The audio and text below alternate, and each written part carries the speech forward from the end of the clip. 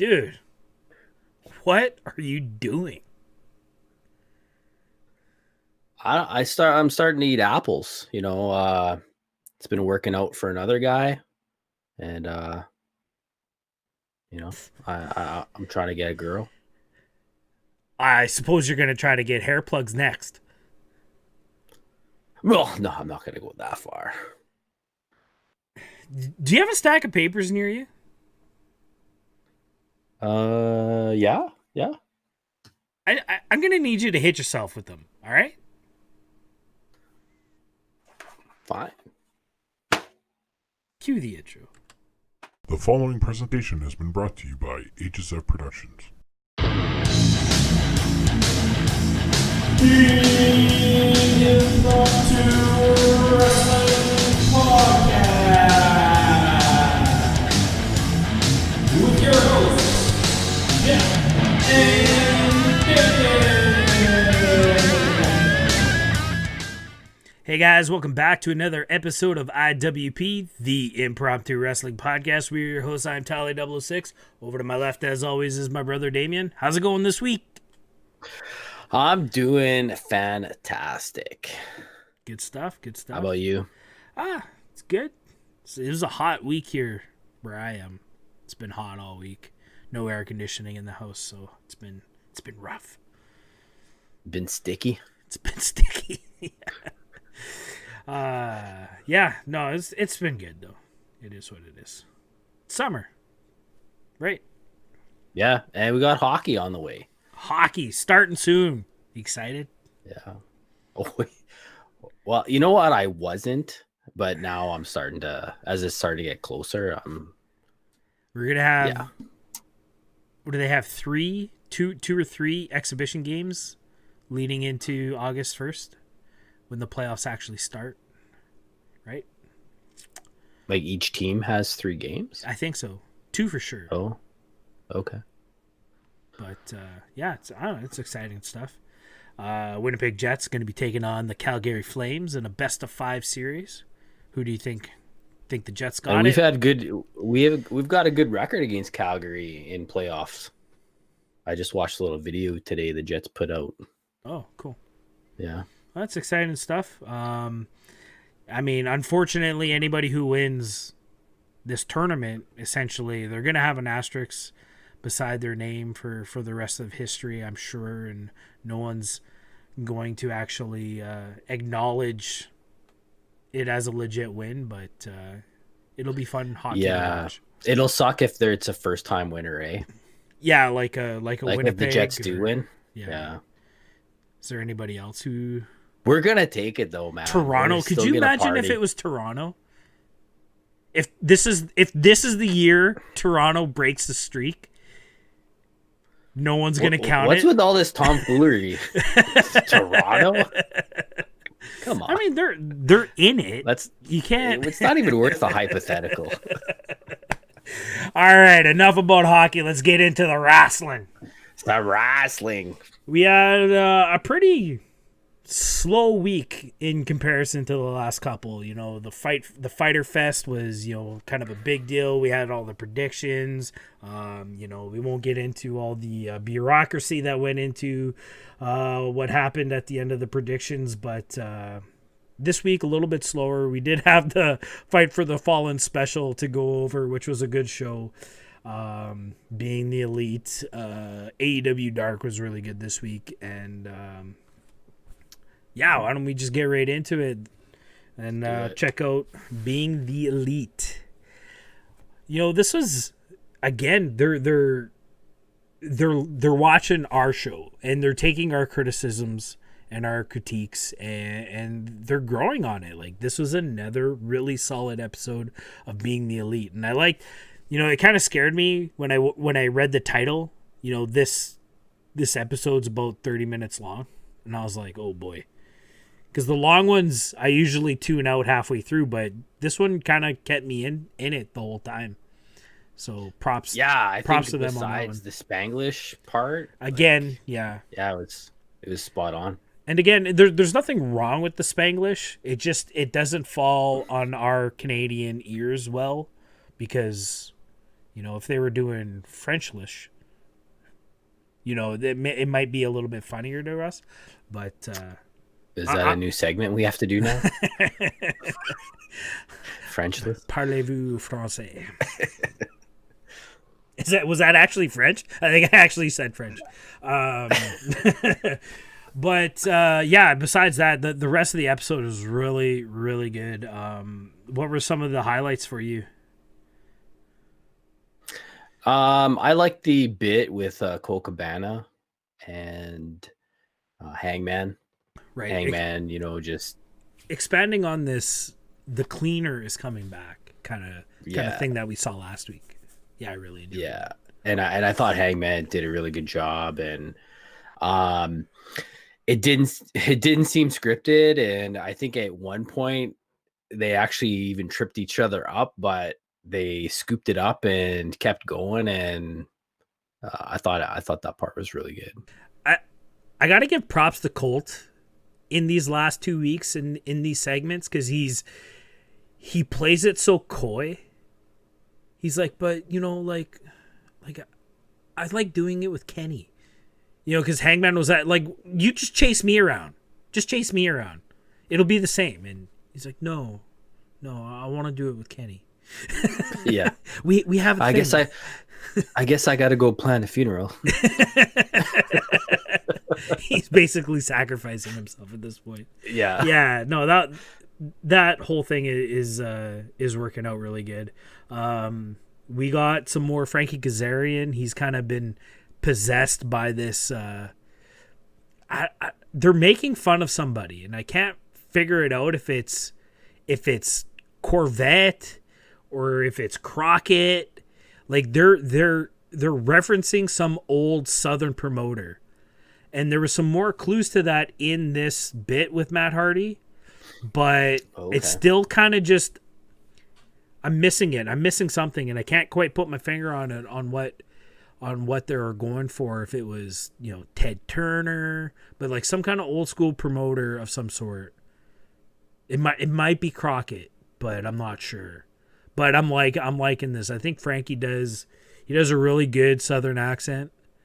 You know, being a Yankee from California, it comes off really good. So props to Frankie on that one. I even like the Luchasaurus stuff. This. Oh yeah. Week, this is kind of a montage bit, and the bit that kind of we were kind of shitting on for a while there, and they kind of just stopped doing it, and we were kind of getting a payoff on it. But yeah, this one worked out really well. I liked the Rocky-esque, you know, Karate Kid montage style. Yeah, and then we get that he's afraid to do the destroyer. Yeah. And I was like, oh my God, are we going to see a destroyer? Is Luchasaurus going to pull out a destroyer on, you know, one of the Young Bucks or something like that? Like, I thought that's what they were setting it up for. And I mean, and we'll get into what happened at Fight for the Fallen. But yeah, that was all really good. I was just like, is he going to do the destroyer on that dummy? Like, how's he gonna do that? How is he gonna? And I feel like that platform that he was on was way too far from the water's edge. I'm like, man, he's gonna friggin' knock himself out on the corner of the pool or something. I was getting scared.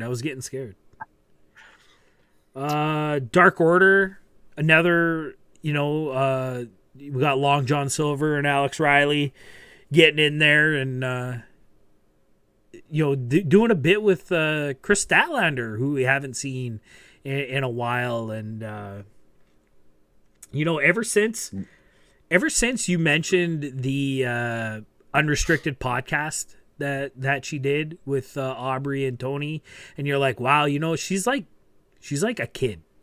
She's a kid. And I'm like, well, yeah, she's only like 20. And you're like, no, she's like a little kid. And then I kind of saw that in this bit. I was like, oh yeah, I see what he's talking about. But she was funny.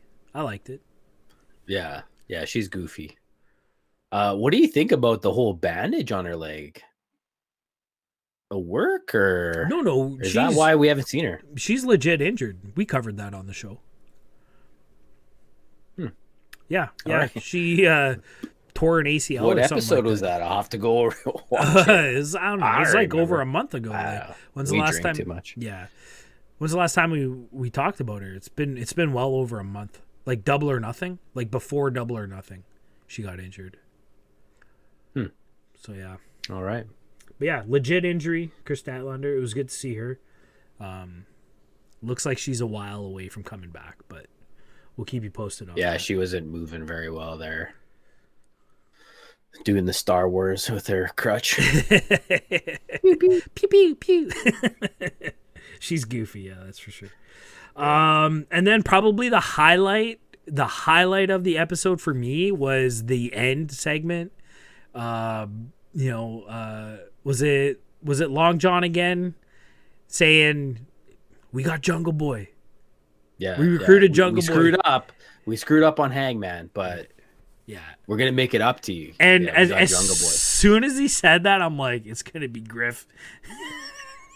Like you could see it coming from a mile away, but the payoff was still there. It was still so good, and yeah, sure enough, it's Griff Garrison. Jungle Boy Heavy, as I referred to him a couple weeks ago. He's a little bit bigger than Jungle Boy, but you probably don't want him compared to Jungle Boy. Bud Light, Bud Heavy comparison. But yeah, it was funny, and Brody Lee. I mean, this guy is just embracing being the Elite right now. He is killing it. He's still in character, but it's goofy. It's still funny, but it's still like you believe him. He is mad. Like, it's not fucking Jungle Boy. And then he goes in and smokes. Where's the papers? Yeah, where's I the need papers? Smokes Evil Uno. I like how Evil Uno's selling this paper bump, and he's just Yeah. gives a little yelp. Yeah, it's good stuff. It's good stuff. Yeah, loving what Being the Elite is doing right now. It's been really good the last 3 weeks. I hope they keep it up.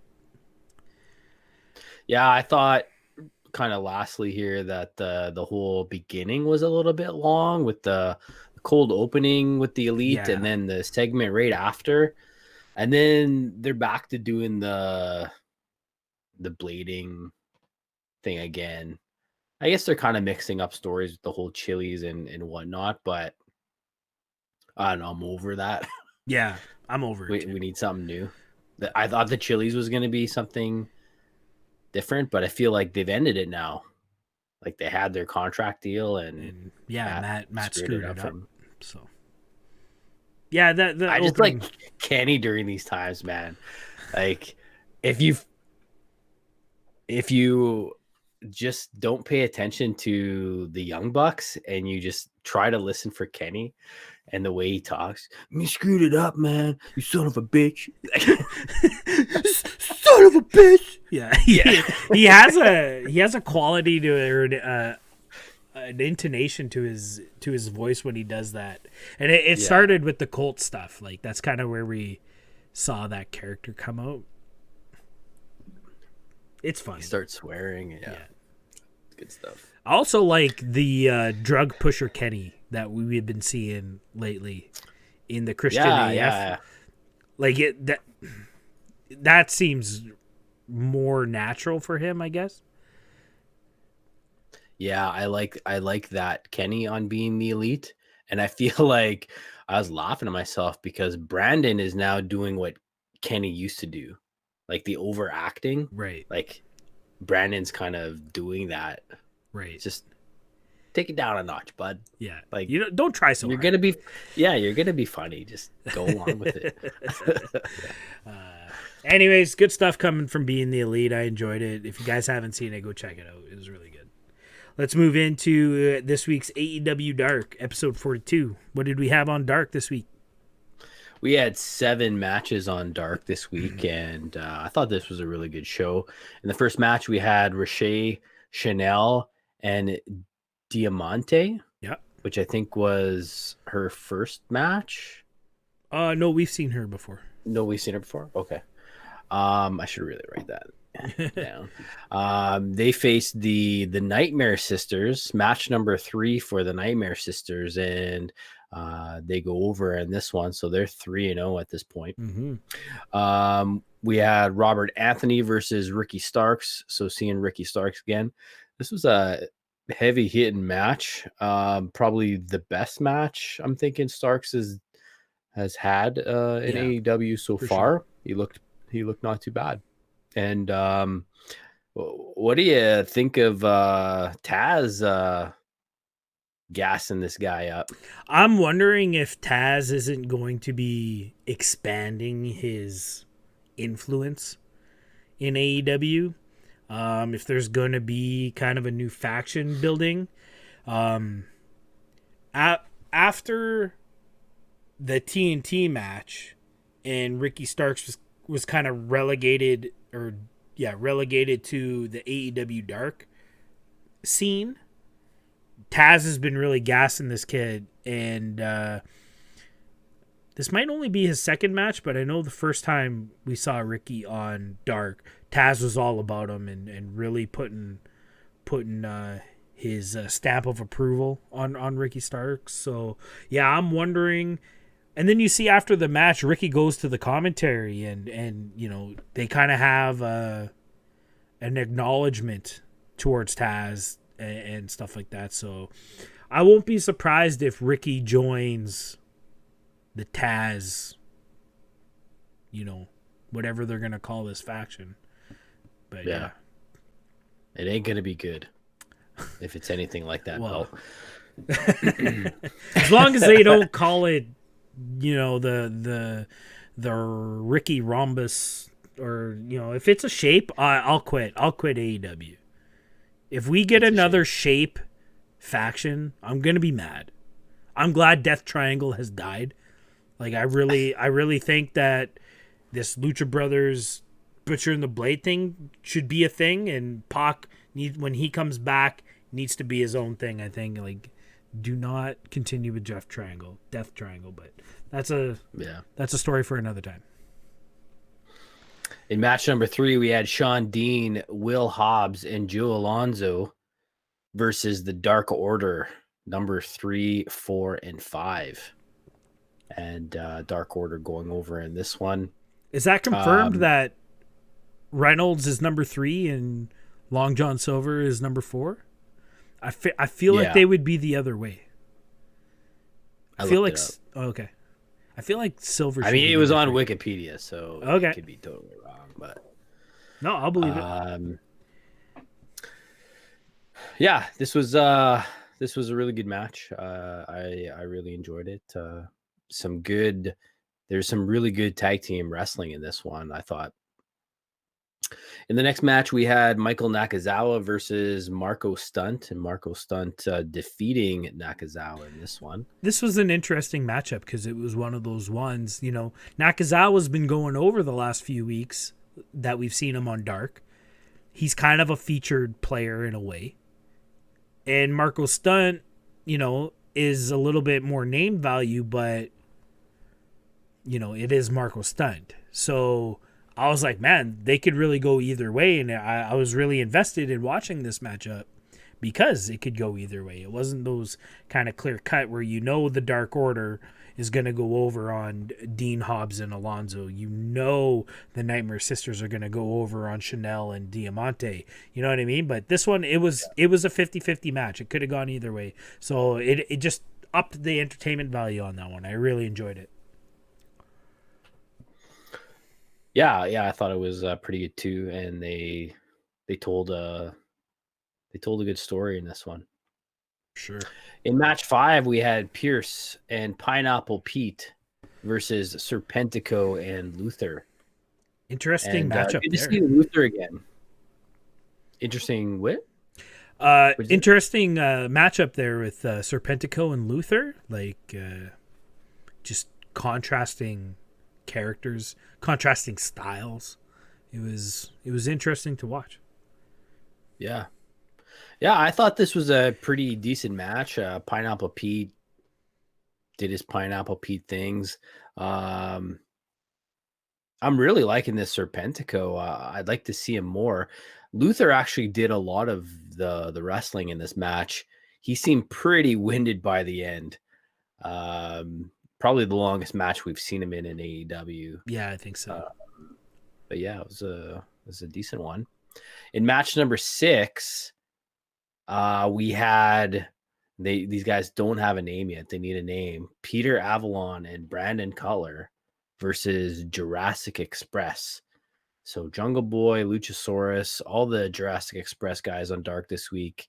And Jurassic Express obviously win this one.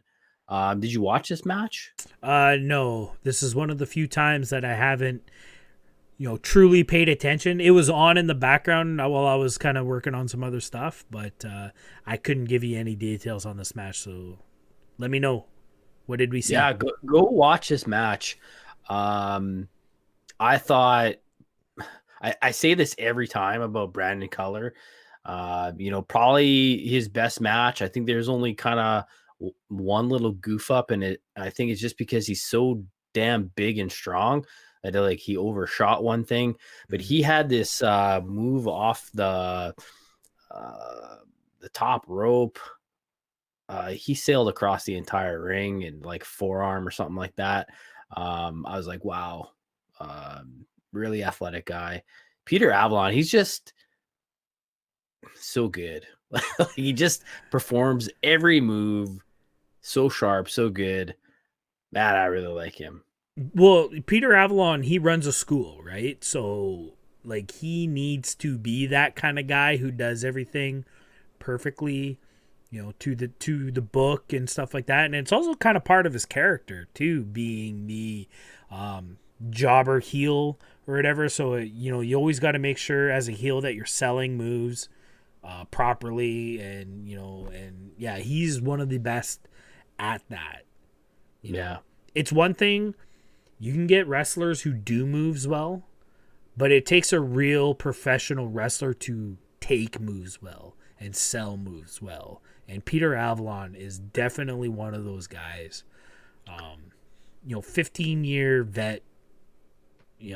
He's got it all. If this guy was any bigger physically, he'd be a top guy. He definitely has the character abilities. He has the wrestling abilities. He has the microphone abilities. You know what I mean? If he was any bigger, I'm sure he would have been in WWE years ago. I hope they give these guys a chance, though. Just give them a run on something. They had quite a matchup here, Jungle Boy and Luchasaurus, and they were up to the task. There's a couple points here where you're just like, wow, are these guys actually going to get the win tonight? Because they had some, chains of moves, and then the false finish, and it was one of those match where, you're kind of cheering for the heel almost. Right. Yeah. Well, it was a really good match.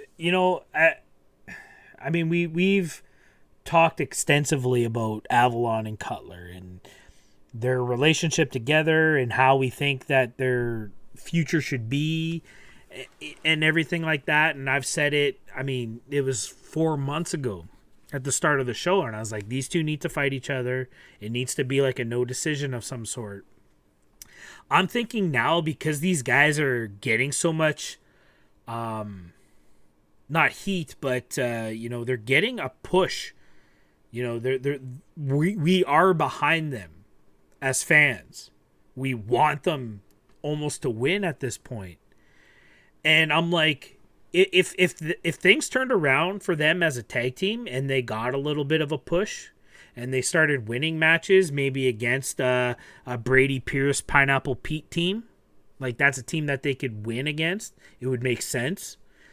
And they could kind of chain wins together, they would still have the same records. So they could still play that, who's actually the better wrestler. Cutler could get the pin in one match for the win.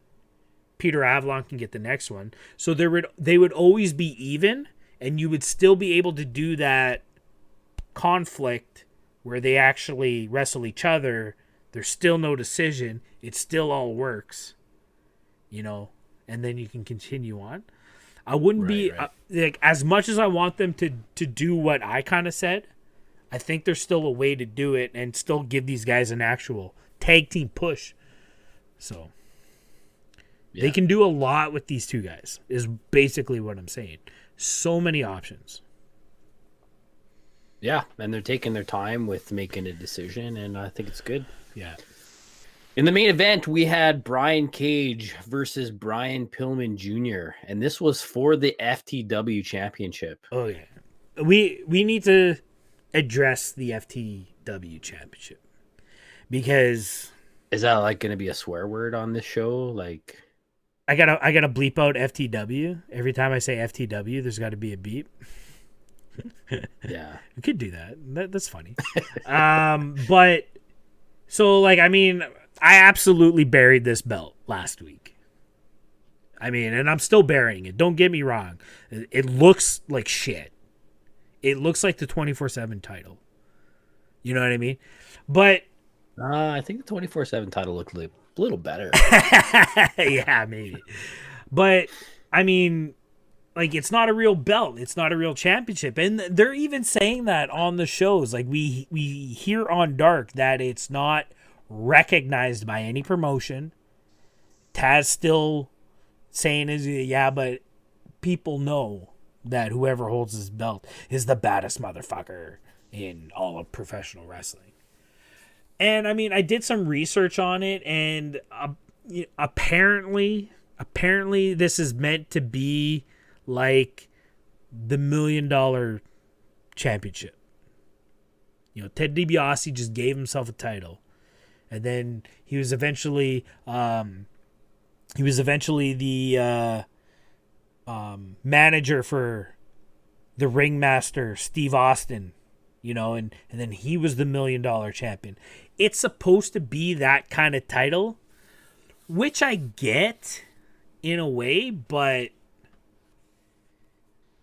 it's not, to me the $1 million title champion makes more sense than FTW champion. I don't know. I'm still not sold on it. because he was the millionaire who had this over the top thing. This is not a $1 million person. This is a guy from Jersey or something. Brooklyn. And Taz is from Brooklyn. Yeah, it's just a crappy looking belt. Yeah, I get what they're going for. It's just not coming off.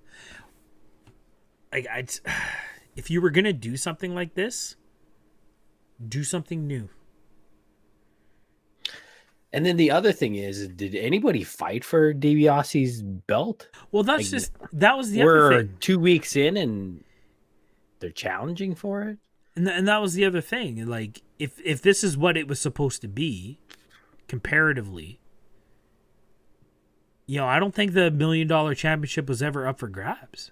It was always DiBiase's, except for when he was managing, and then it was whoever he was managing, right? Yeah. And then for you to say that it's not recognized by any promotion, but now the belt's on the line, like, it doesn't make sense to me. But whatever, we'll see where it goes. We'll touch more on the FTW Championship later on in the show when we talk about the main event, Fight for the Fallen. So, but otherwise, second time seeing Brian Pillman Jr., like, what did you think of his performance this time compared to last time? He looked good. I like him. I think they need to get him in a story and get him going. And you can see his character as well. And I can see him being the Elite soon. I like his look.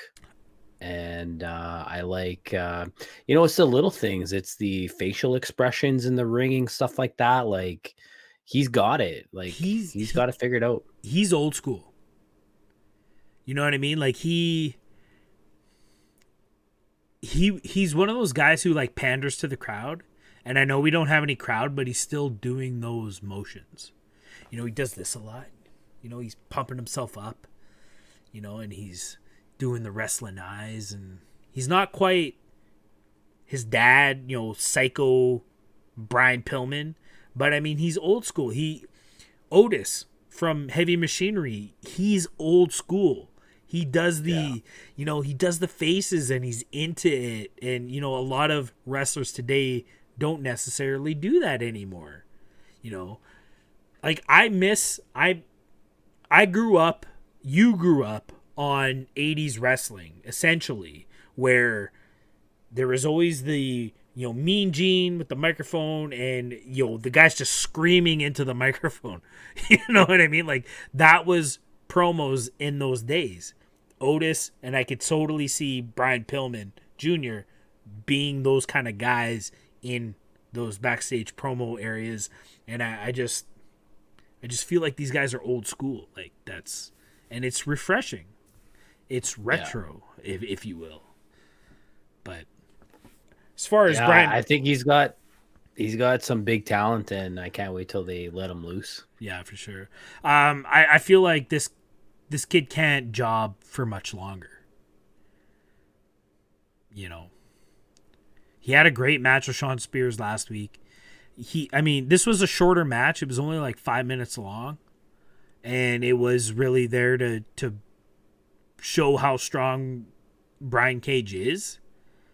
But I feel like Pillman really shined through everything and actually looked better in the loss than Cage did in the win. Yeah. And and they're giving them top guys, right? To have Shawn Spears and then Brian Cage, it's it's not like you take Hobbs, for example. We get his debut. He's up against Orange Cassidy. Orange Cassidy, a star. You could argue a top guy, but really. And then he gets one punched out. That's something that you couldn't do to Brian Pillman Jr. You know what I mean? Yeah. Yeah. So, yeah. This... But, he could have went up against a Luther, a name, but like not one of the top guys. And I think it shows that they put him up against these guys that they think a lot of them. And just exciting to see where it goes. After watching these 2 weeks of Dark with Brian Pillman Jr., I really want to check out this tag team match that he did with Enzo against the Rock and Roll Express. And he even had apparently the singles match against Enzo was like 4 stars. They did like 20 minutes on this independent show before the pandemic. I haven't seen it yet, but if anybody knows where to find that match, leave it in the comments below. I want to watch that match because this kid's a star. I want to watch more of him. Yeah. Yeah. All right. Good stuff. AEW Dark. Check it out on YouTube. All that good jazz. Let's move into this week's Power Rankings. July 15th, 2020. Any changes this week? Yeah, we had some changes in the men's division. We still have our 2 champions at this point in the week, John Moxley and Cody. Brian Cage moving up to the number 1 position. First time that he's been in the number 1 position. That means MJF falls back 1 position to number 2. Lance Archer, no movement. He's still at the number 3 position. Jericho moves up 1 position to number 4, and Brody Lee rounds out the top 5. Makes sense for Cage to move up to number 1, being that we're going to see him in the main event to fight for the Fallen for the championship. So that all makes sense. Yeah, it's kind of interesting how they're doing this, where the sort of day of the fight, he's bumped up to the It'll be interesting to see where he ends up next week. No spoilers. Oh yeah, right. Women's division. All right, in the women's division, we had absolutely no changes from last week. So Sheeta still our champion. Nyla Rose, the number 1 contender, followed by Swole, Ford, Statlander, and Baker rounding out the top 5. In the tag team division, we had a little bit of change. We still have our champs, Omega and Paige. Dark Order still at the top, the number 1 contenders. Best Friends number 2. Jurassic Express moves up 2 positions to number 3. The Young Bucks still at position 4, and Private Party going down 2 positions to number 5. So Jurassic Express and Private Party just do a little swap there. It's a little swap, eh? All right. Yeah. Good stuff. Let's move right into this week's AEW Dynamite. It was being labeled as Fight for the Fallen. Fight for the Fallen, just for those of you who don't know, is a show that Tony Khan really had his fingerprints all over. This was kind of his deal, where Fyter Fest was kind of Kenny's deal, and so on. This was really Tony Khan's thing. It was a way to give back to the community of Jacksonville. Last year, all the ticket sales, they did live donations throughout the show. Everything went to this gun violence thing in Jacksonville. This year, they're giving all their money to COVID relief and all that jazz. It was a really good cause. I feel like this is going to be a yearly thing. I don't see how they don't do this just every year, and they kind of pick and choose their charities for that year, what makes sense to them. And, it's just a really good cause. And it's unfortunate that we didn't have, ticket sales and fans in the crowd, to maybe that number could have been a bit bigger this year, but still a great cause. Fight for the Fallen. It's a good event. I like it. And, being free is always good too. Yeah. But kind of the news going into this week's show was Tony Schiavone. The coronavirus testing, the COVID-19 testing was a little bit slow. They were a little bit backed up. NFL is kind of coming back to work. They're getting ready for their season. It sounds like NFL is going to be starting on time in September. So there's more people in the area. Daly's Place is attached to the Jacksonville Arena. So with all the NFL personnel coming, there's more people to test. There's more people to go through. And I don't know, maybe Tony slept in. Maybe he was stuck in line at Starbucks. But he got in line a little late, and his test results didn't get back in time. He couldn't make TV. It sounds like he is not showing any symptoms of COVID. It was merely a matter of the test results not coming back. Couldn't get his bracelet, couldn't get into the venue, and that was that. But Taz filling in for him for the first half of the show, which was really cool. It's Taz is an awesome commentator. I love Taz on commentary. So, this didn't hurt. It wasn't great, but it didn't hurt. What were your thoughts on? Yeah, and they covered well. They kind of said it was a precaution thing. Not that he had it, which is true, and not that they know either, because it sounds like they couldn't get the test results in. So, For sure. It was good that they had Taz join the comms, because I think it's good to have that extra person in there. And then later on, we'll get a switcheroo when Taz has to go do his manager work. Yeah, for sure. Well, let's get right into the show. The show started off the way a lot of episodes of Dynamite have been starting off this week. We get Cody kicking off the show. We have a TNT Championship Open Challenge match, this time against Sonny Kiss. What were your initial thoughts on Sonny Kiss challenging for the title? I thought it was an interesting challenger. Mm-hmm. Just because it's not like Sonny. It's not like the regular where someone gets a push and then you kind of builds up to like a title shot kind of thing. It was just all right, here it is, and I was expecting there to be a really good match. Like, you got Cody and Sonny Kiss, amazing athlete. Mm-hmm. So yeah, what were you thinking about it? I really liked this matchup. I think out of all the challengers that Cody's had so far with the TNT Championship, this was kind of going to be the most exciting matchup. And in a lot of ways, it turned out to be one of Cody's better matches since he's been TNT champion. Like I wasn't a fan of the Ricky Starks match. I couldn't even name you any other matches he had. Like like that's how bland these Cody matches have been since he's been TNT champion. And we've talked about how, the open challenge, WWE did it right. The John Cena US Open Challenge, every week it was a surprise. Lately, we know who Cody's going to be challenging week to week. So, but like I said, Sonny Kiss, amazing athlete. This match was actually entertaining to watch. I really enjoyed it.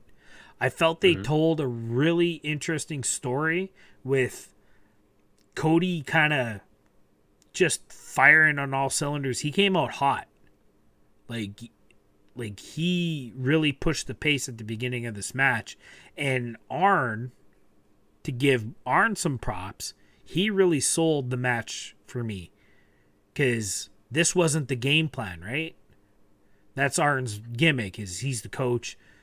And Cody's not listening to him. He's not playing to the game plan.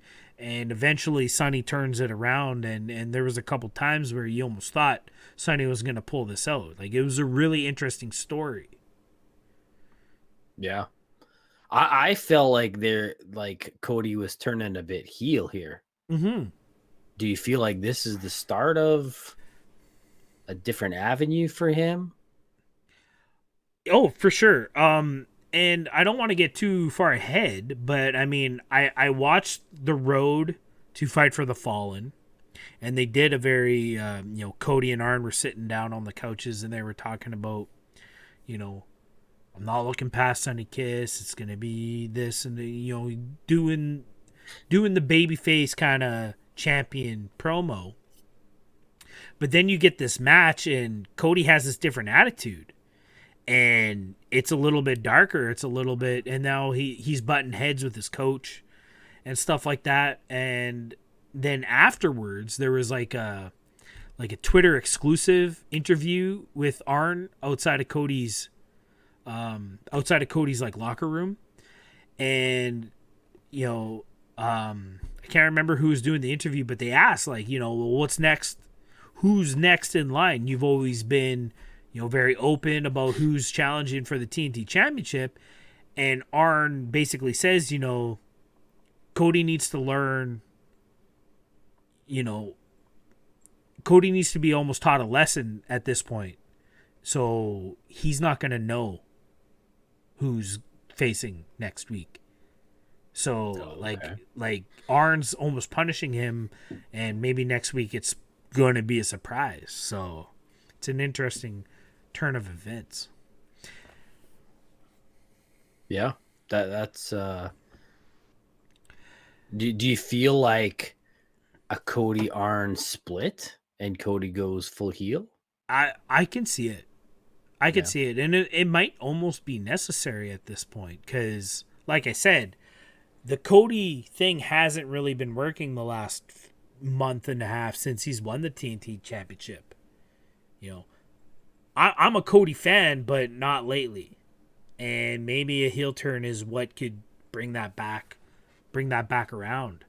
You got Brandy and Allie kind of button heads.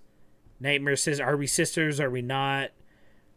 QT's nowhere to be found. Dustin doesn't really have anybody to work with. So he's kind of managing the Nightmare Sisters.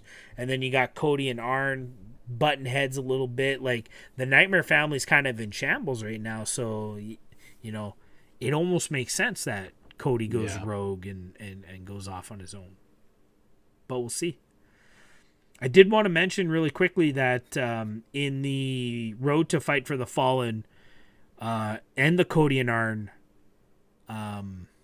they ask in that, so this is like Tuesday, this comes out, and they ask like, well, who's next in line after Sonny Kiss, and Arn mentions an independent wrestler by the name of Warhorse. Now I've seen this kid before. He's wrestled Orange Cassidy.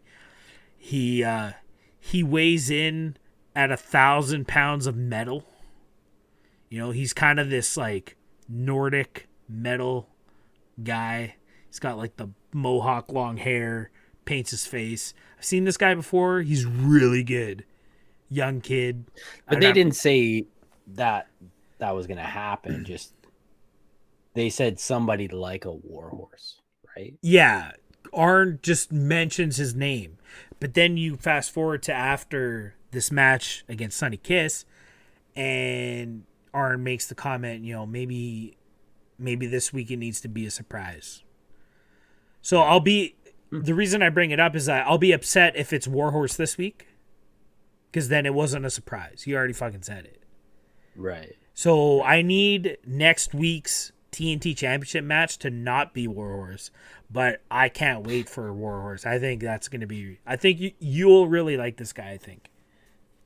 So yeah, I mean, on social media, people really reacted to that. Mm-hmm. So he must be... It was like trending, I think, pretty at well one known. point. Yeah. He is the independent wrestling television champion right now.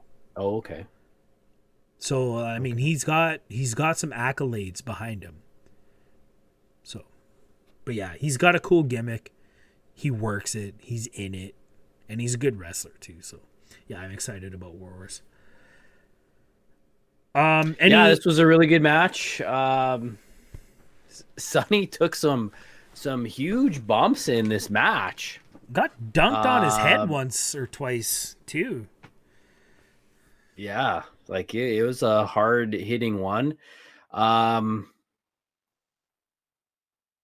Yeah, just a really good match. What we would expect out of these two guys. Yeah, I mean, yeah, we could go into some stuff, but it's probably an off-air kind of conversation. Okay. That's fair. Sonny does the crossroads. I thought that was cool. A lot of the guys do the crossroads on Cody. Sonny shouldn't. It was a really shitty one. It wasn't. But he took the crossroads really well. The finisher was really good. It was not quite on the scale of Kenny, but I mean he spiked himself pretty good, and he bounced out of it. It looked really well when Cody did it on Sunday. So it actually, I should be honest here. I actually thought it looked really bad when it happened, but then they showed a different angle. Oh, okay. On the replay, and then that one, it's like, oh yeah, no, that looked good. Yeah. The one angle they showed when it actually happened, yeah, it wasn't didn't look very good, but yeah, good match. Yeah, it was really good. Good way to start the show. For sure. I'm pumped at this point. Like, it was a good match. I was into it. Let's move on to the next matchup of the night. We get the highly anticipated first meeting, traditional tag team match between FTR and Lucha Brothers. On paper, this is like, this is going to be a great match. I can't wait for this. But after watching the 8-man tag, and it was really the Lucha Brothers and FTR that were botching everything. Like, when we were kind of texting, and I was just like, what am I watching right now? Like, this is hard to watch. It was FTR and Lucha Brothers. So going into this match, I did not have as high of expectations as I maybe should have. Maybe as the rest of the world had. Those feelings were warranted for the first 2.5 minutes of this match. It did not look good. They did not look comfortable with each other. But, this was a long match. This match was almost 20 minutes long. And when you got... It felt that way. when you got like 6, 7, 8 minutes in, things started to really flow better, and the moves were high impact and whatnot, and it got better. But yeah, I don't know. I don't want this to be. Is this FTR's fault? Like, that's not where I want this to be. I think it's just these guys are working with a bunch of tag teams they've never worked before, and there's just maybe a little bit of a chemistry issue. But I know a lot of people are going to be like, well, the Young Bucks and Lucha Brothers have great matches. It must be FTR. And I don't want people to think that. I think it's FTR, to be honest. And this is, I'm just going to give some suggestions. I think we'd have to analyze it more. I feel like FTR is just a little bit behind. They're not keeping up to these fast guys. Like Cash is sucking air. Like, he was done after this match. Oh yeah. Like, I think he was dead tired. I want to say the reason for this is because they're used to WWE. Yeah, very. You get slow. on TV, you do a slow match, and you get 5 minutes, and you're done. Yeah. So they're not accustomed to these types of matches yet. But like you say, eventually they got on a roll. There were some very unique moves that they did, and they performed them very well. They kind of lost me at the beginning, though. Like, yeah, for sure. I'm usually into a Lucha Brothers match, and I just really wasn't. And then all the exciting stuff was kind of at the end. Yeah. I think the turning point for me in this match is when Cash does the tope tornado DDT. Like, what the fuck was that? I thought you guys were all fists, no flips. Like, what happened to that? And right. And like, you're doing a tope suicina into a tornado DDT to the outside. Like, when they pulled that move off, and it looked good. It didn't look bad at all. I was like, what the fuck was that? And now all of a sudden I'm back into the match, and things are starting to flow a lot better. But yeah, I mean, I agree with what you said. Yeah, they're still on WWE pace. They're still on vanilla pace, and they need some conditioning. That's all there is to it. Yeah. But I think once they work with these guys more and get back up to speed, their talent will show through, because they are very talented guys. What'd you think of this finish? I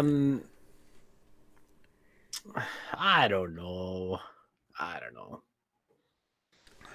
I really don't know what to say about it.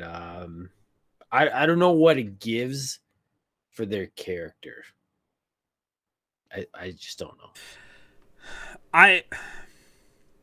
Because we've seen this before, right? This is not a, oh my God. No, definitely not. What did you think? Well, I liked it for the fact that this is the first time that's ever happened in AEW. We have a few masked wrestlers. We know how important the mask is to the Lucha Libre style. And it's a shock, when a mask comes off, and, Ray immediately covers his face, and it causes him to get pinned. And, it's a interesting way to finish the match. It's a unique way to finish the match. Definitely seen it before, but we haven't seen it in AEW. So I liked it in that fact. When I watched it happen, I was like, oh man, that's kind of cool. That was a cool way to finish the match. When I thought about it, I was like, this doesn't make sense to FTR, because FTR out of their own mouths were follow the rules. And this is kind of a dirty way to finish the match. Not illegal. Wasn't against the rules per se, but I mean, it wasn't clean. So yeah, like you said, I don't get what it does for their character, but it could be one of those things, and we've talked about this before on the show, is, you know, we're left scratching our head at why did they do this? And then it comes down to it gets the Lucha Brothers away from the ring, which leads to all of this after the match stuff. Right? Because it's not like they're, you know, still selling and on the side. Like, they needed to leave fast because, like, he doesn't want to be seen. Right. So is it really just down to that?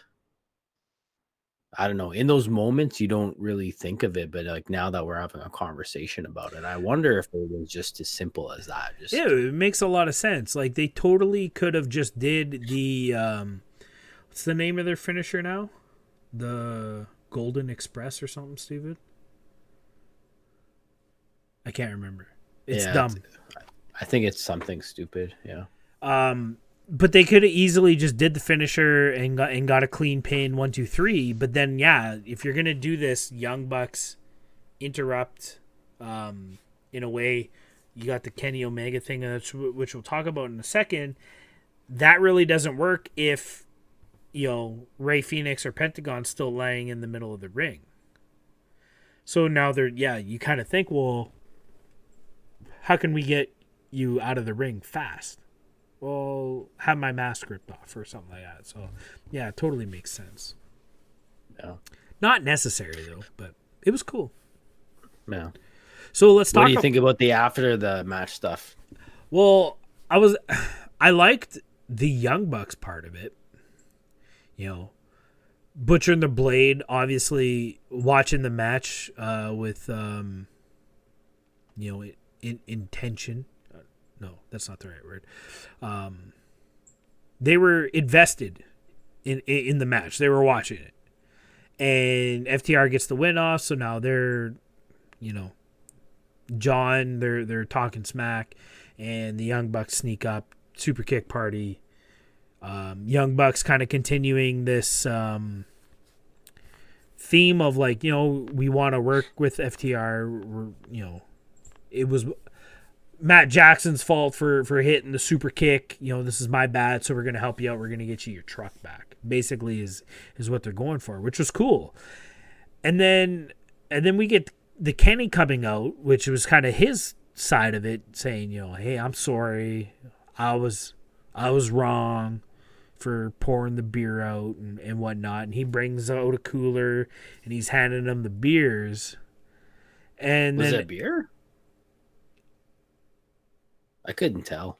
I mean, the labels were scratched out, but I'm pretty sure it was beer.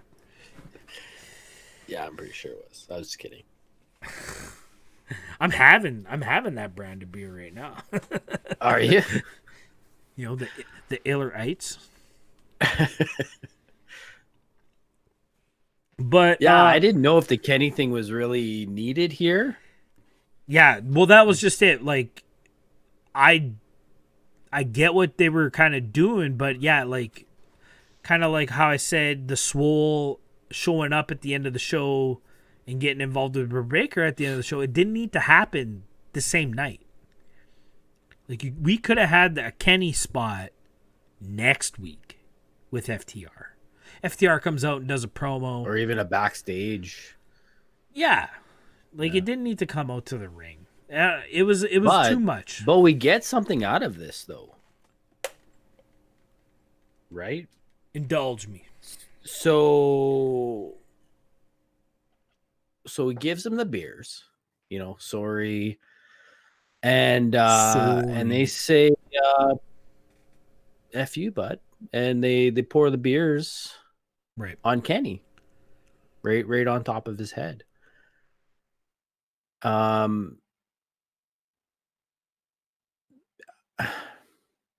can't even remember what I was going to say. Anyways, move on from that.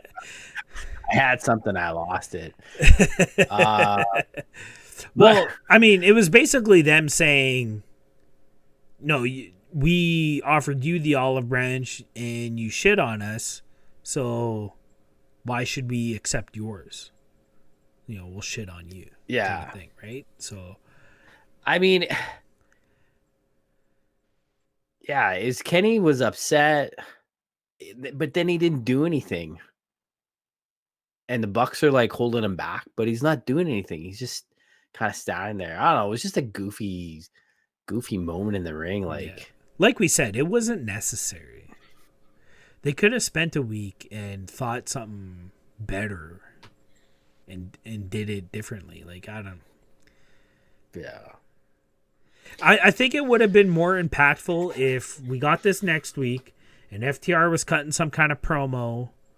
You know, maybe they're like, you know, Young Bucks, you know, we see what you did, but, you know, it wasn't necessary. We can handle our own problems.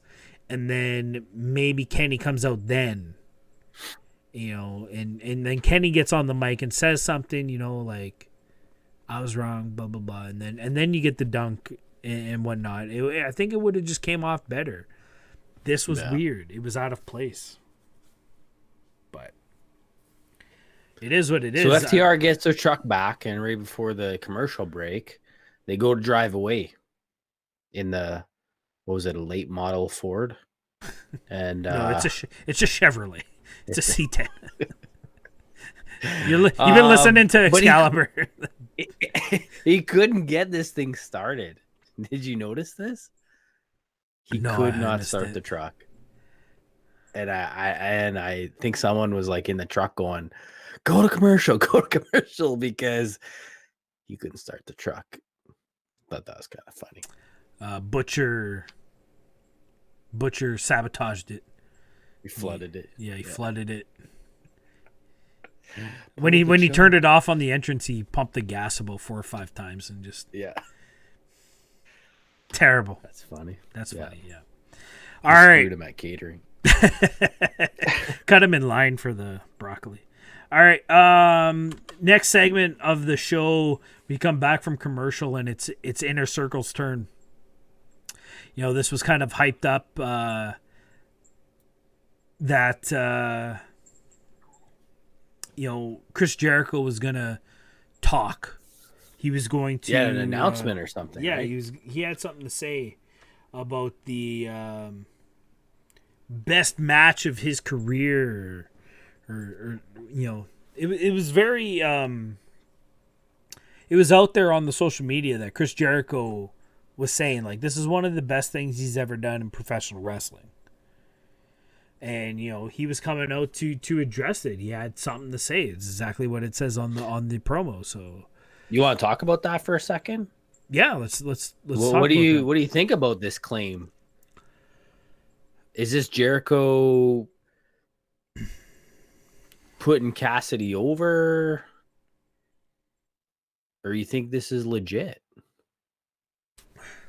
I believe that Chris Jericho believes this is one of the best things that he's ever done in professional wrestling.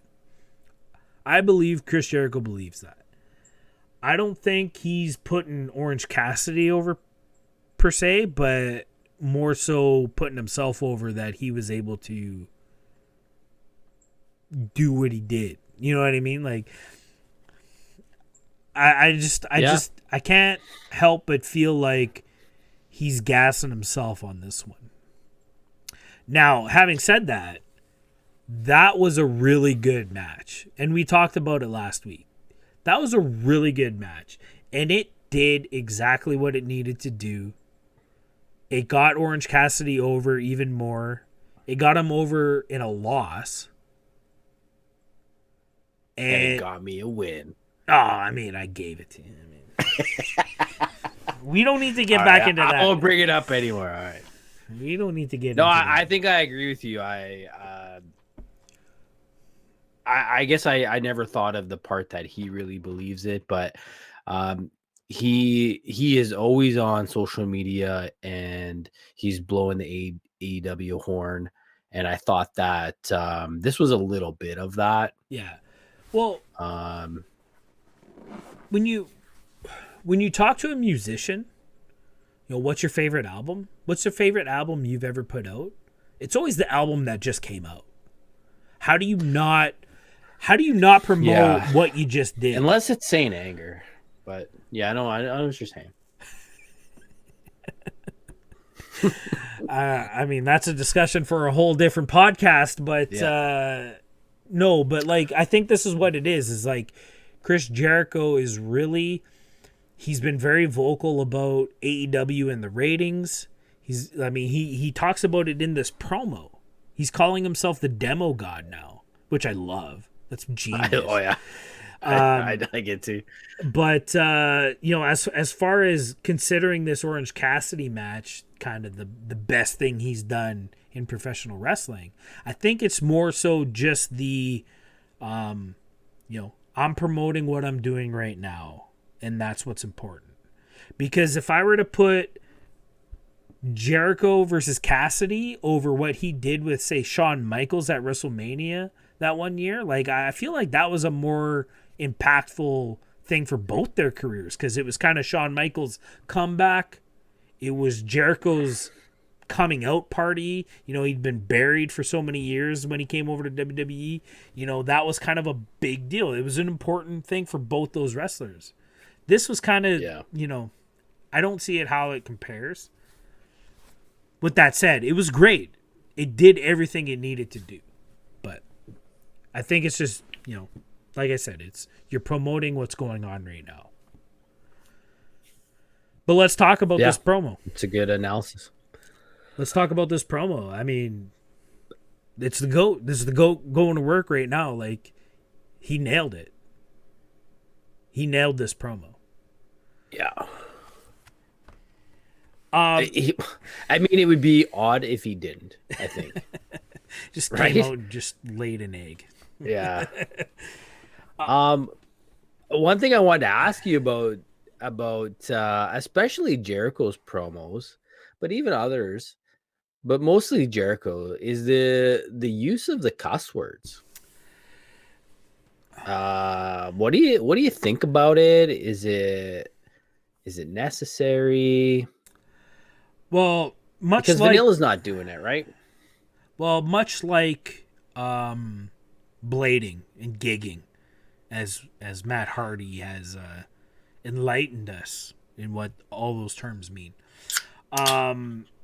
There's a time and a place for it. And Jericho is kind of teetering on that it's getting too much.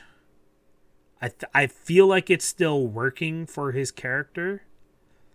But yeah, we're getting to a point where it's just like, all right, you said bitch and shit in 3 different sentences in every promo you've done this month. So do we need to take a step back, think about what we're saying? I think this is coming from it not being scripted, and it just kind of just a filler word. It's a filler word. Yeah. Though the first time I feel like it's gonna get out of hand, and then someone's gonna start dropping the wrong words. I'm sure there is a list of words that are acceptable, and then a list of words that aren't. Well, what have we heard so far? It's really just been bitch and shit, right? Which, I mean, if you've ever watched any show on HBO, like, that's nothing. So, yeah, I don't know. Yeah, I agree with you. I think it's. I mean, it's it on fits the in the tipping demo. point. It fits in the demo. It fits the demo. Yeah, you gotta keep the demo happy. But I mean, I don't want to get too much onto this because it's probably something we're going to talk about at another time. But we're talking about the demo, and the freaking commercial rate after this is for their action figures. Who's buying these action figures? Is it the demo? Well, is it 18 to 45 buying these dolls? It's Zack Ryder and Kurt Hawkins. You can't buy all of them. Like, I mean, at some level, this show is gotta be for kids. So yeah. I mean, we grew up in a house where some customers were dropped. Some. And you know, when you have parents that, you know, enforce what's right and wrong, then you have, you know, children who grow up as adults that know when to use those types of words. Not everybody's like that. And I could see some people being maybe turned off by this, especially in the world we live in today, where, you know, everybody's just what's the word I'm looking for? Desensitized. Just offended. Oh yeah. Just offended by everything that happens. Yeah. So it'd be interesting to hear what Tony has to say about Tony Khan. Yeah, that kind of stuff. Well, like I mentioned earlier, there's a time and a place for it, and when you don't say it every week, and then you do say it, then it means something, and then it's, you know, then it means something.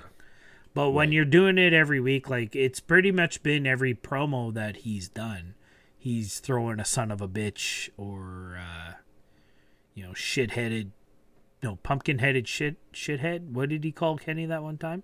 You know, dipshit. Dipshit. Pumpkin-headed dipshit. Yeah. So, yeah, we're getting to the point where it's like, okay, dude, simmer down now, you know. But but otherwise, I mean, this promo was great, and then we get the interrupt.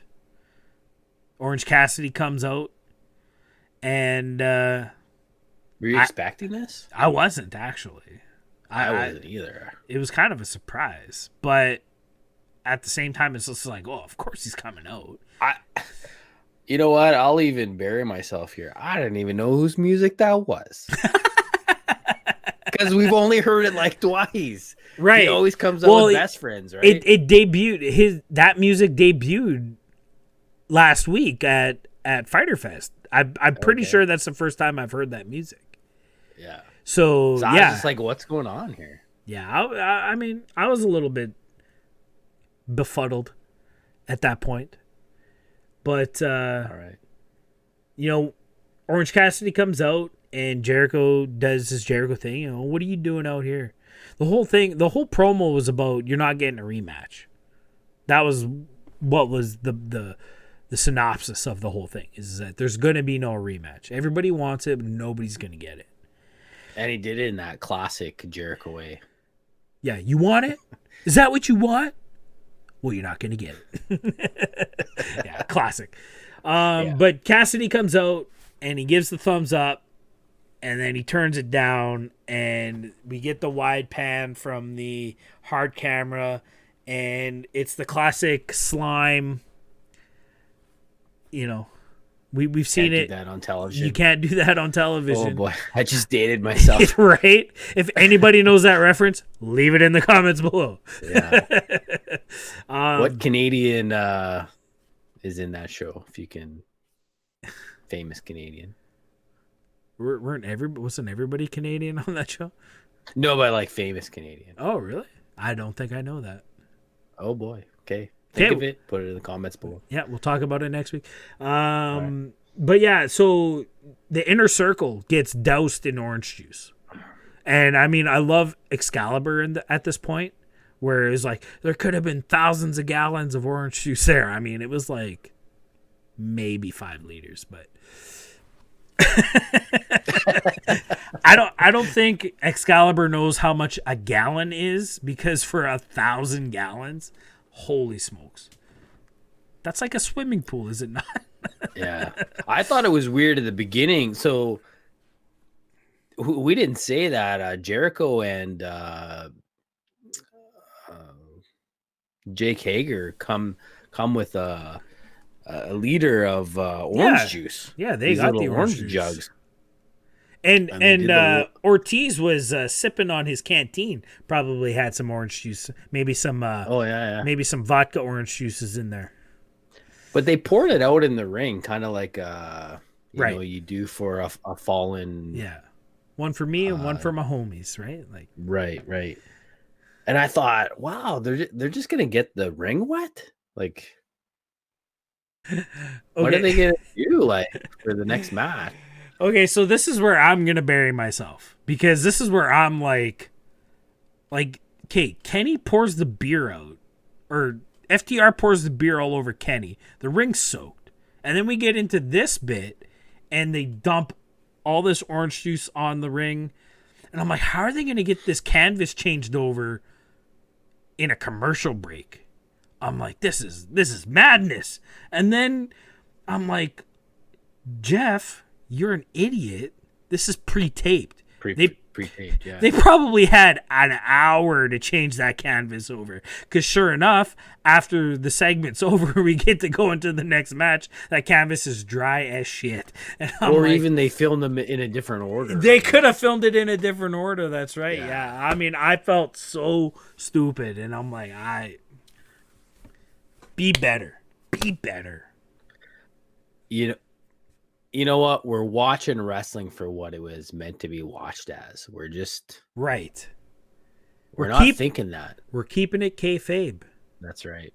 Hashtag. No, I thought the same thing. I'm like, oh, we're just pouring juice. Like, yeah, what's going on here? You got to feel bad for Jurassic Express and the Young Bucks who got to wrestle in this orange juice after. Like, Jesus. Right. Way to go, guys. Yeah. Way to real. Yeah. So, and then the funniest part of this whole bit, which kind of ends it off, is Jericho starts yelling like, "Give me a towel! Give me a towel!" And then he gets the towel, but it's the exclusive Shop AEW. Yeah. AEWshop.com. Yeah. It's funny because I was actually just looking at that like a few minutes before. Oh, really? Yeah. I was looking at making an order. Sweet. It's just this big, huge face. So, yeah, it really puts over Orange Cassidy as if he really even needed it at this point.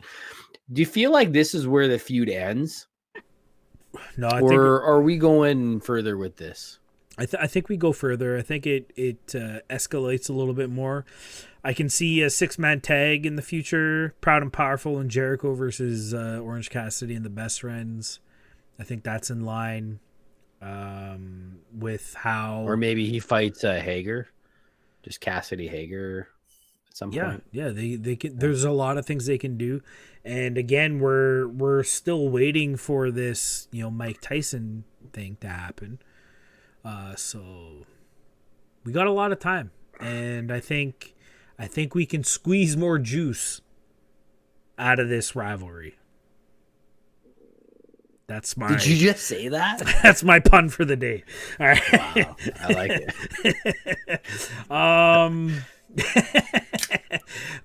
What I did want to mention is. No, there's no time. We gotta move on. We gotta move on. Okay, I'm just kidding. Just like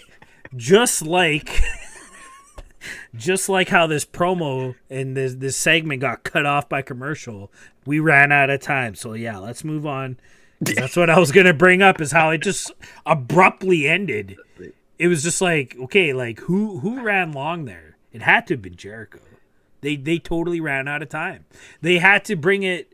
We had to see the rest of the segment in replays during the next match. Right. You know what I mean? Like, right. like somebody messed up there, I feel. But that's all I wanted to say. But yeah, let's move on to the next matchup of the night.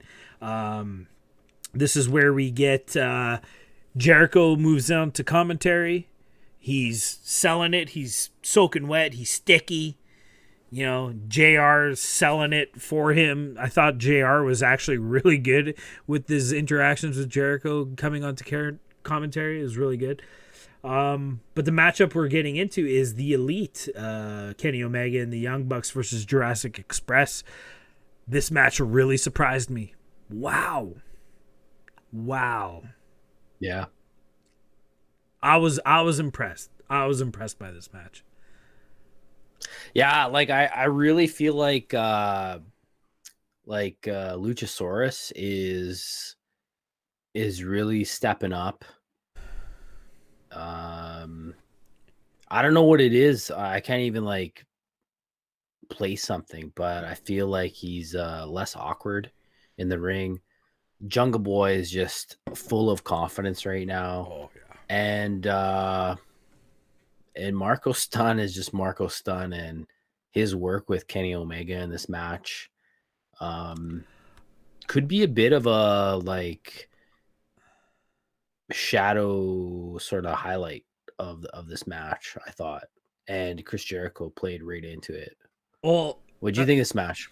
I like I said, I was super surprised by this match. I was really impressed by this match. I loved Jericho putting over or making bringing our attention to that Kenny Omega was still wearing his t-shirt and how he only takes his t-shirt off when he respects somebody. You know what I mean? Or, you know, where he needs to try. And so, he starts off this match. He's wearing a Young Bucks t-shirt, and he's wrestling Marco Stunt, and he's not taking him seriously, but then Marco kind of gets a couple moves on him. And now he's getting angry, and then he's trying even harder, and then it's still not working, and Marco's getting another one over on him, and then another one over on him. Finally, he has to take the shirt off, and, you know, things kind of turn around. I thought that was just such a very subtle, you know, kind of nuance to the match that just added like this. We've seen Kenny Omega and the Young Bucks. We've seen them do these kind of comedy centric matches. Like, I don't know if you remember. So Wrestle Kingdom's always like January 4th. And then it's like the next day is the New Year's Bash or whatever they call it in New Japan. And then there was the one year it was Omega versus Alpha. It was Omega versus Jericho. And then the Young Bucks had that hard-hitting match, triple threat match for the tag team titles with the Bullet Club and I forget who the other two Japanese wrestlers were. So they were all like really hurting. And they did this 6-man tag on the New Year's Dash. New Year's Bash. I think it's New Year's Dash. And they did this like 6-man tag with like Cheeseburger and these two other comedy wrestlers.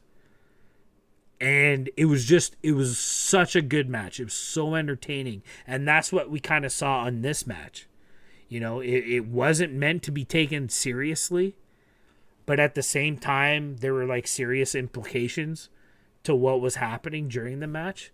And Kenny Omega and the Young Bucks perform these kind of matches perfectly. And this was an example of it. Like, I was really impressed with this match. It started off that way, but I felt like it finished like a... Yeah, that's what I mean. Like, it kind of starts off goofy, but then, you know, okay, it's time to get serious here. And I think we gotta mention, you know, last week we saw the Rey Fenix destroyer on Nick Jackson outside to the ring, and this time we're getting Marco Stunt on Nick Jackson or on Matt Jackson off of Luchasaurus's shoulders over the top, Jungle Boy launching him into a destroyer. Like, holy shit. It's crazy. That was crazy. I liked it. Yeah. I like it too. I like how, you know, we've been kind of critical of AEW for basically making this move a headlock. Right. And they're finding new ways to make it fresh. Yeah, I know. It's cool. It's cool. I like it. Yeah. This match was good, man. Like, I there's nothing else I can really say. It was good. For a 6-man tag, this was good. And they made it so that Marco wasn't the little guy. Like, they did not take it easy on him. No. Like, Kenny gives him like 2 or 3 V triggers. Like, like Marco's dead in my books. I'd pour beer on my floor, but I'm not going to do that. Well, I mean, we've talked extensively about Marco and his place in AEW and how the fucking Jason Corvettes of the world think that this guy has no place in professional wrestling. I mean, this match is kind of that fuck you, Corvette, You don't know what you're talking about. This kid has talent. He has a place. And the bumps this kid takes, like those V triggers were stiff. Kenny does not take it easy on him. And I don't think he would want that either because he wants to be taken seriously. Yeah, I think so too. And man, this kid takes some crazy bumps, man. It may look awkward sometimes, but I think that's what just adds to the devastation of some of these moves that he takes. Like, Yeah. It's crazy. And there's just so much you can do when you have a Luchasaurus and this smaller guy where they can just throw him around and, you know, do these crazy things. So I like, I can't remember if we saw it in this match, but I know we've seen it in previous Jurassic Express matches, but Luchasaurus will like press Marco Stunt and just throw him outside into a group of people. Like, that's cool. I like seeing that. Do that more. yeah. Yeah, I don't know. It was good. This was a great match. I loved it. And I think it was Marco that took the one winged angel. One of At the end, right? most devastating one-winged angels I've ever seen. Like, Kenny probably loved this. yeah, because Kenny does this move to a lot of like big dudes, and you know, but with someone so small, he really he almost delayed it. It wasn't until the last moment that he really turns the body and gets him on his shoulders. But holy shit, did he ever spike him? Wow, unreal. And then after the match, Elite win, obviously. One winged angel, still the most purest of wrestling moves in the business. Strongest, one of the strongest. We get some story here. Unexpected story, at least from my perspective. Did you see this coming? The Kenny going off the rails and just adding insult to injury. That? Yeah, like kind of like Cody here, really showing sort of a heel side. Yeah. And I think he wasn't sorry about it.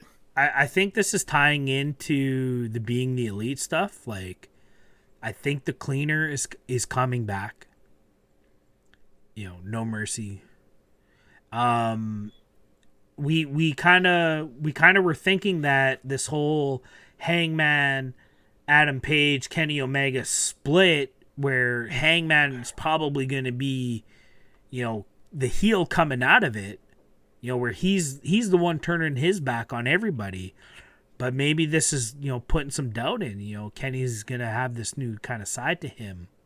Maybe it's Kenny who turns his back on Paige, which I think would be huge for Paige, because I think Paige needs to be the baby face, you know, top baby face of the company. I think that's where Paige is best suited. Right. So, yeah, no, I like... Well, since our next segment here is kind of a nothing segment, let's talk about this. Kenny Omega has been taking a lot of flack for sort of not being what he was in New Japan. Yeah. So like he was the man in New Japan, and now with AEW, like he hasn't won a championship, and you know he's putting a lot of guys over, and you know in interviews he's always being questioned, like, you know, what's wrong with you or whatever. Do you feel like this possible bringing the cleaner back is to sort of get the fans back on his side? Perhaps. Yeah, perhaps. Or do you think he even lost the fans? I don't know. I don't think he does. I don't think he's lost any fans. Those fans might be a little disappointed, but I think they're still there. If like to me, those fans are the fans who were, I want to go to a Metallica concert and only hear things from Master of Puppets. Right. Yeah. Like, characters evolve just like music evolves. I've never once thought, wow, Kenny loses a lot. Well, here's my take. When AEW was announced, and I mean we're building into the first Double or Nothing, right? I was with my group of friends that we watch wrestling with back when you could watch wrestling with with your friends, and I was like, this is what Kenny Omega needs to do. He needs to lose almost every match for a year. Like what we miss from the vanilla brand is long-term storytelling, and AEW needs to bring in that long-term storytelling. So Kenny Omega needs to come to America and lose and lose and lose and lose and lose, so that everybody, all the Smarks out there, all the Corvettes and Alonzos in the world will say Kenny can't hack it in America. Kenny can't hack it in America. He's a Japan guy. He is not suited for the U.S. And then that's when you bring back the cleaner gimmick and he starts cleaning house and he builds that reputation back up. You know, that's what I wanted to see. And it started looking that way because he loses that match at Double or Nothing to Jericho. And then he gets beat up by Moxley in the surprise. He loses to Moxley at All Out in the craziest hardcore match we've ever seen. Mm-hmm. But then when Dynamite starts, they turned it around. And he's doing this thing with Paige, and they're winning as a tag team, and now he's tag team champion. So they kind of got away from that Kenny can't hack it in America, which I thought was working. He won some matches here and there. He won that match at Fight for the Fallen last year against Shima. You know, there were some wins here and there, but I mean, the consensus was still that he was losing. But now he's champ, so I think they kind of lost that, but that's what I wanted for Kenny. And I think there's a missed opportunity there. Now that they're bringing the cleaner back, it almost doesn't make sense, but that's my take. Yeah. That's my hot take on Kenny Omega. Yeah, I think the only thing I'll comment on what you said is, you want to see long-term stories. And I don't know that the younger fans, the lower part of the demo, can do that. Their attention spans are not there.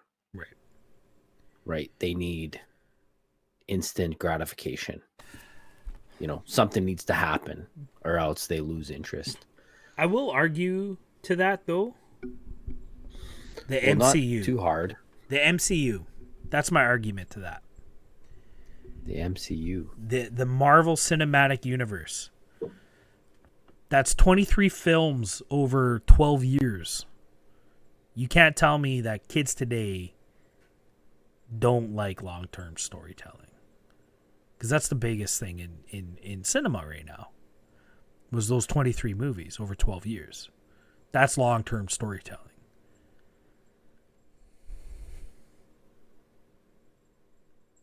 That's my argument. That's my argument. Sure. But I think Marvel is different than... But is it? Different than wrestling. But is it? It is. I don't think so. The Avengers are the elite. Thanos is Brock Lesnar.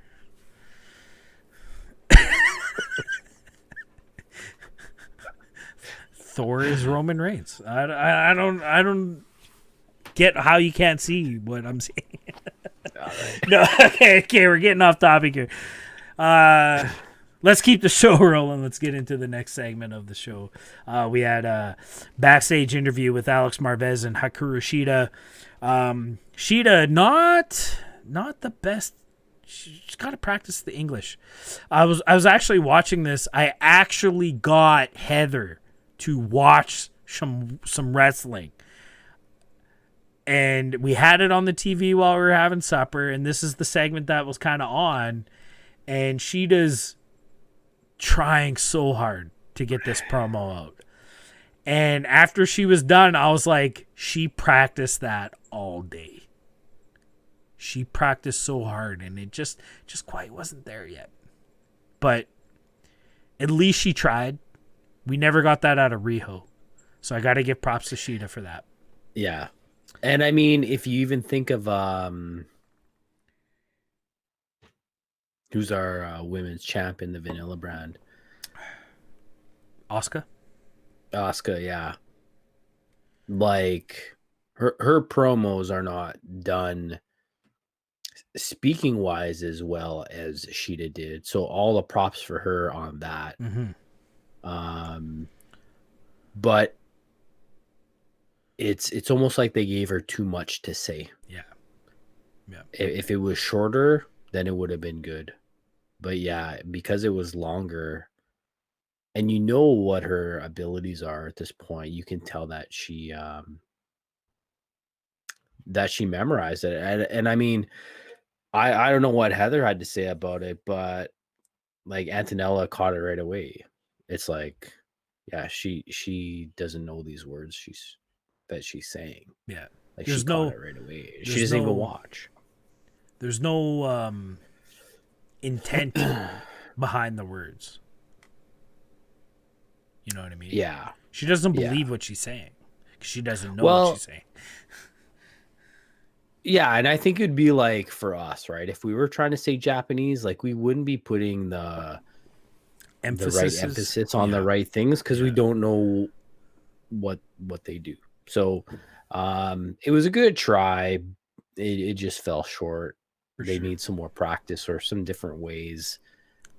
Like, let her do it in Japanese. Do subtitles. This is the thing. This is the thing that New Japan does so well, because the heel foreigners speak English. They don't care that the Japanese crowd doesn't know what the hell they're saying. You know, there is a higher class of Japanese people that do speak English or do at least understand English. But I mean, the foreigners, they don't care. Like, that's what makes them heels. Not saying that Sheeta's a heel, but yeah, just let her speak Japanese. Put some subtitles on there. At least she'll get the emotion behind what she wants to say. I think it would come off so much better. Not everything on American TV needs to be in English. I think it would add something to Sheeta's character if she just did it in Japanese. Yeah. But who knows if the American public would be, you know, open to that. But I mean, Asuka is like huge. Like, I was listening to a podcast this week where the guy said Asuka is the best woman wrestler ever. And I was like, okay. I never thought of it, but that's a claim, man. So, and she's tried to speak some English on the show, but a lot of times it's Japanese. She masks her English with this crazy over-the-top gimmick, though. Which I don't think Sheeta to do. Yeah, Sheeta couldn't pull that off. And they've said on the show that Sheeta is like working on her English. Like, she's really, and I think once she gets it, she's gonna be awesome on the mic. Because she's such a personality. Yeah, for sure. She's one of my favorite like personalities in AEW right now. So yeah, so you just gotta keep working on it. I'm glad it'll they get gave better. her a shot. Yeah. Yeah. It can only get better. Silver lining. Yep, absolutely. All right, let's move on to the next matchup of the night. We had the Nightmare Sisters making their Dynamite debut against Kenzie Paige and MJ Jenkins. The Nightmare Sisters making their jump from Dark. They've kind of been a Dark project, and now coming into Dynamite. And I should mention that last week on the show, I mentioned that there's no other way they could do Dynamite with just 4 matches. They're probably going to add a women's match. Bonus points to me. I don't remember you saying that. But... yeah, I'm sure you don't. But anyways, this match sorry, I put on the wrong slide there. Bear with us. This match, I mean, we've been watching these matches on Dark for the last 3 weeks. It was nothing new. And, you know, honestly, that's all I got to say about it. It was... Yeah. I think Allie's looking good. Well, and not the kind of good I'm talking about. It's she's like looking sharper in wrestling, and like we haven't seen her wrestle. I can't remember, and it's like she never took any time off. I thought she looked way better than Brandy. The thing you gotta realize is that Allie's a wrestler. Brandy is not. Brandy wants to be a wrestler, but she's not. But what makes you a wrestler? Like you going through the training? Yeah, but Allie's been doing it for 10 years. Well, for sure. Brandy's been doing it for 6 months. Well, longer than that, but I mean, yeah, it shows. She's got no rust. Yeah. Is that better? Yeah.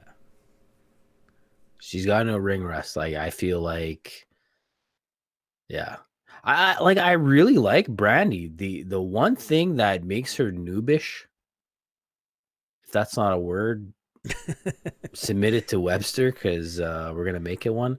The one thing that makes her noobish is her running the ropes. Yeah. There's no power there. Common. It's like it's glow wrestling. Like Yeah. it's novelty. It's Netflix not glow. Yeah. Yeah. Yeah.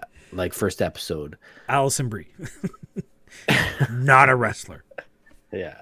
Good on the mic, not a wrestler. Yeah, no, I completely agree. Like we've talked about how Kenny, Trent, like those guys can run the ropes. They make it look athletic. You know, Brandy, you know, it's kind of like I'm running and then I stop and then I turn and then I kind of rest my back on the ropes and then I start running again. You know, there's no fluidity to it. I understand that, you know, a woman's wrestler probably doesn't have the weight and power behind them to, you know, get into the ropes and make some movement and actually have it launch. I understand that, but there are ways to make it work. And Brandy just doesn't have that yet. Yeah. What's weird though is I've seen footage of Brandy working with QT and you would think it's a different person. Right. So I don't know if it's the ring. Maybe the training ring is smaller, makes it look different. Ropes might not be as tight as TV ropes, you know. Possibly. The school ropes might be a little bit looser, so then she can get into them a little bit deeper. Yeah. Who knows? But you know what? She needs reps. You can't wrestle once a month. That's all it is, man. Yeah, that's all it is. I agree. I mean, decent tag team match. They're continuing their story.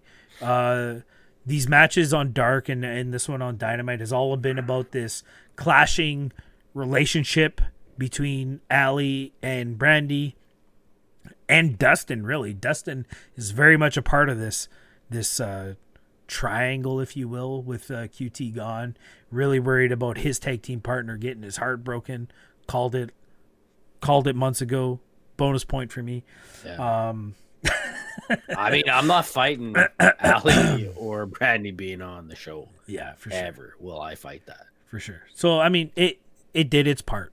As I've said many times for a lot of different things.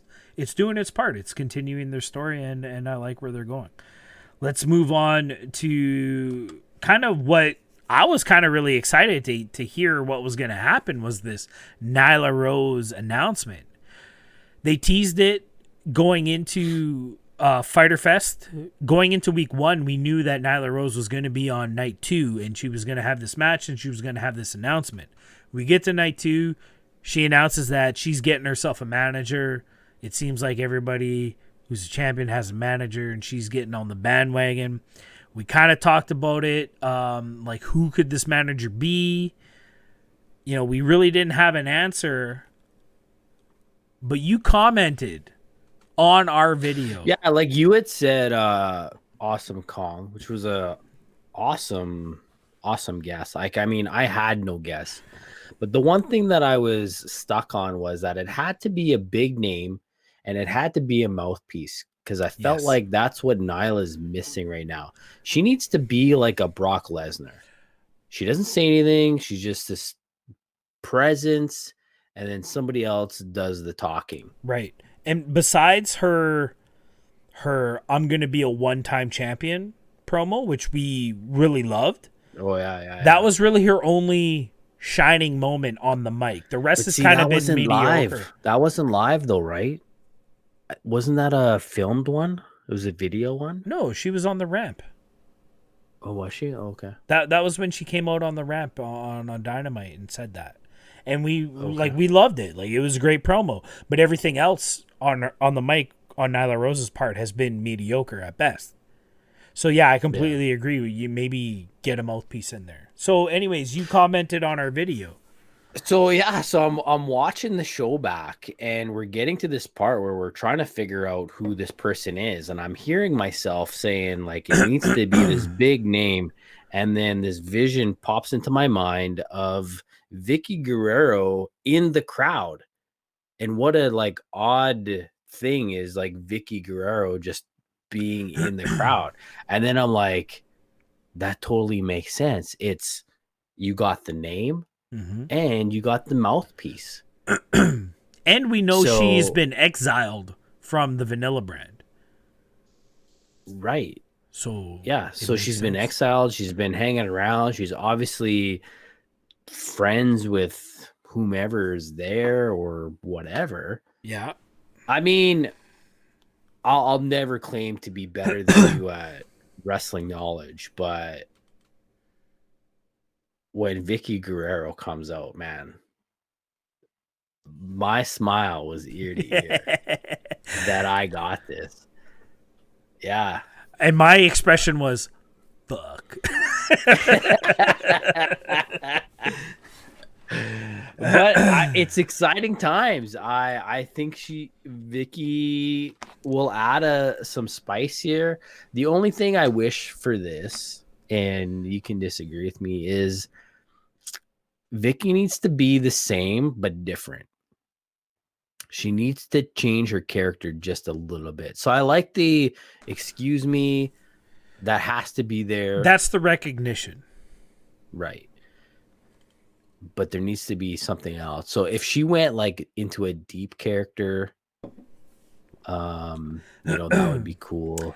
I don't know if she could pull it off.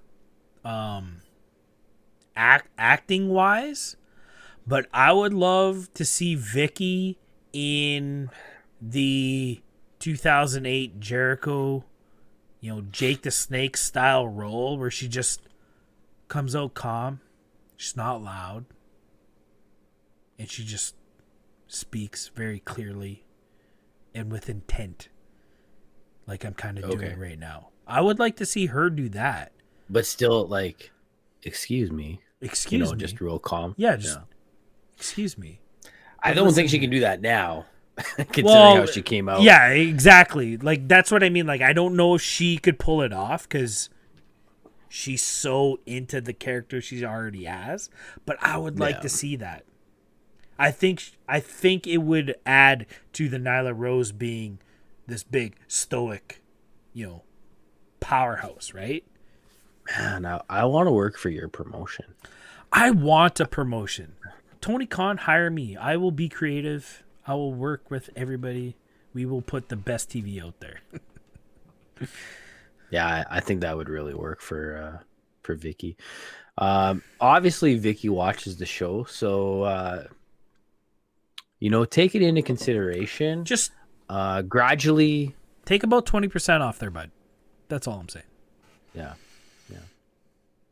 Yeah, no, good segment. I mean, I don't even remember even what she said because I was just like,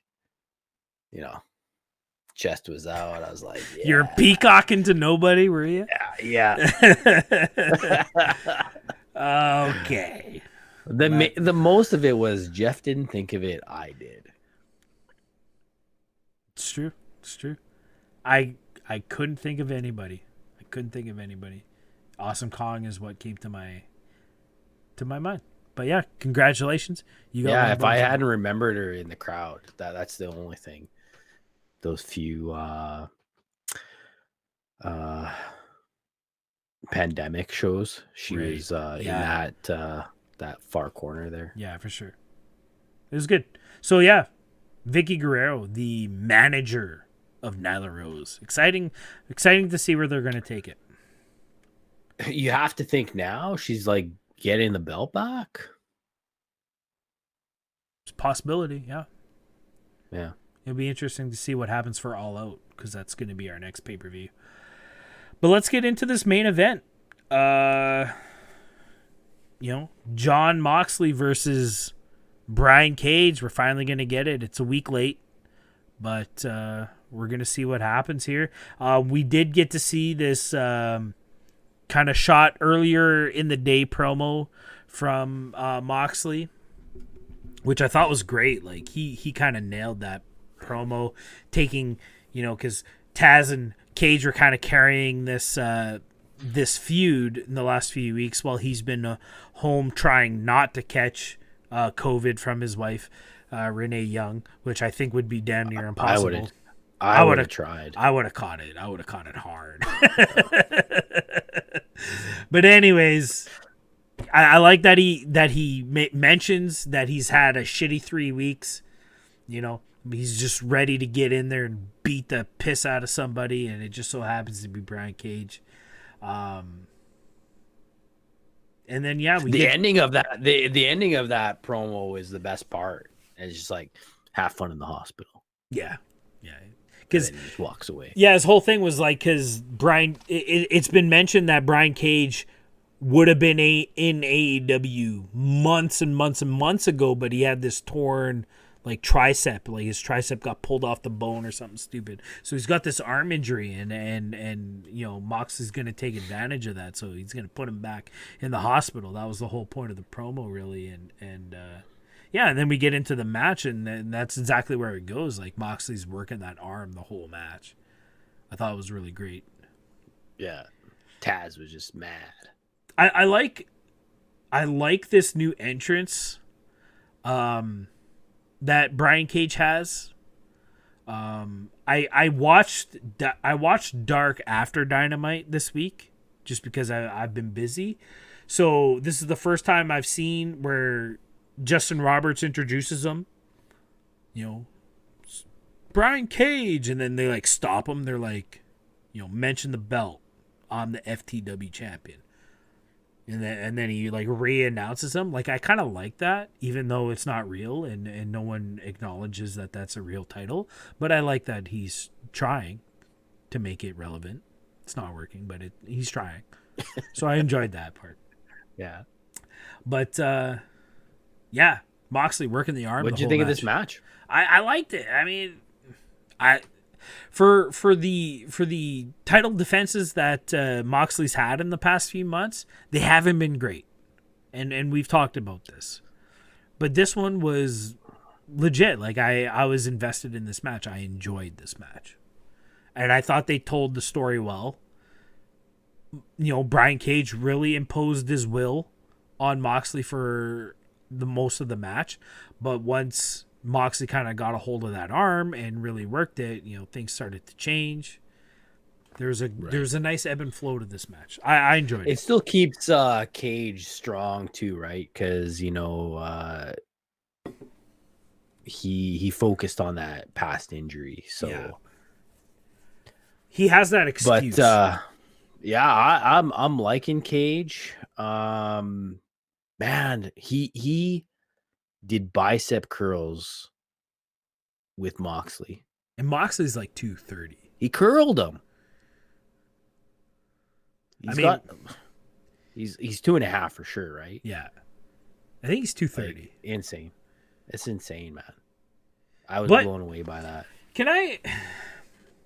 Brian Cage is strong. There's no doubt about it. The guy's jacked. But what is it about jacked professional wrestlers when they try to hold somebody over their head? They shake like they're freaking struggling. Is that happen here? Or? Yeah. There was one point where he had him up on his shoulders. I don't think he was actually like pressing him, but he had him up on his shoulders and he was like trying to like walk around, but it looked like he couldn't do it. Like John Cena does this, but it's obviously John Cena making like he's working it. But we've seen. Well, I don't know. He can't really pick up those stairs very well, John Cena. So how could you pick up a man? But that's what I mean. Like John Cena's working it. But we look at Roman Reigns. Like Roman Reigns is supposed to be this big, strong guy. Can't pick up anybody. Like he freaking fights it. And I feel like Brian Cage is much like this. Like he should be able to pick up Moxley over his head and throw him. It shouldn't be a problem with the size of your muscles, but he shakes and tremors like is it legs? You think is he skipping leg day? Is he skipping leg day? Maybe. But if this is work, if he's doing this on purpose to make like the work look good, fucking applaud to you. But to me, if you're that big, you shouldn't be doing that. Yeah. My question is, I didn't catch that. What is with these big guys who can't pick nobody up? Like. Well, Cesaro doesn't struggle to do this. This is my comparison. Cesaro doesn't look like he struggles to pick up anybody because the guy is legit strong. Big muscles don't equate to strong people is what I'm getting at. Well, and if you think of Roman Reigns, like, does he really need to work legs? He wears pants. You just need to have jacked arms. Yeah. When all that's showing is your arms when you're wearing that vest. Yeah. Cena doesn't do quads. He does calves. He wears jorts. He's all calves, no quads or hams. He's just doing step ups just all day, just working those calves, yeah. Yeah. Oh shit, that's funny stuff. What'd you think about the end of this match? Okay, so yeah, I was confused. I didn't like it. Now that I've had time to think about it, it kind of works, but my initial thoughts were you're the FTW champion. Anybody who knows anything knows that the FTW champion's the baddest motherfucker in all of wrestling. And your coach throws the towel in for you because your arm hurts. Like, no, that doesn't work. It doesn't make sense. Since I've had time to think about it, no, I don't get it. It ruins now I hate this title even more. Get rid of it. Sucks. Move on. What did you think of the ending? Oh, sorry. I thought you were gonna rant there a little longer. I got nothing to say. I think the only thing for me is if we've already seen a throw in the towel in AEW. Yeah. If this is the first time it happens, then I'm like, okay. But this is the second time. We're not even a year into the show, and we're seeing 2 towels thrown in. I don't know, man. I don't. I can maybe remember once in WWE when that happened, and I can't even tell you who was in that match. It was Bret Hart. It was a Bret Hart match? It was a Bret Hart match. It had to have been. That's the last time it happened. So I don't know. Like this is like how you don't see this in sports. Like how often do you see this in sports? You don't see it twice in a year. you don't even see it in boxing twice a year, I don't think, which is where throwing in the towel is actually used. You know what I mean? It's like once every 5 years someone has the towel thrown in. Yeah. Doctors interrupt matches and stop matches, but I mean the towel's not being thrown in. Not often. Do you think this hurts Cage's I feel like it hurts. I think it hurts. Poor guy, man. I think it hurts the FTW championship more than it hurts Cage. Because, like I said, the FTW champion's supposed to be the baddest motherfucker around. Yeah. You're going to have a lot of work editing this show if you're beeping out FTW every time. Oh, my God. I forgot. Anyways. But you know what? Again, maybe this is all for what we get after the match is over. So what did you think about this after the match stuff? Well, I think that's the only thing that saves Brian Cage's character. Like I said, the throwing in the towel hurts the title. It doesn't hurt Cage so much because now Cage gets up and beats the shit out of Moxley. But before we get into what happens really after the match, I want to quickly say, like, how I book this ending is Moxley breaks his arm. The injury happens. The ref has to stop the match. You know, it's not up to Taz to throw the towel in. It's not up to Brian Cage to tap out. But the injury happens. That's what ends the match. That way, Cage comes off looking strong, that he's not tapping to something that's obviously very painful. The FTW champion looks even better because, yeah, this badass motherfucker wasn't tapping out to an already injured arm bar. You know what I mean? Like, everything turns out better if it ends that way.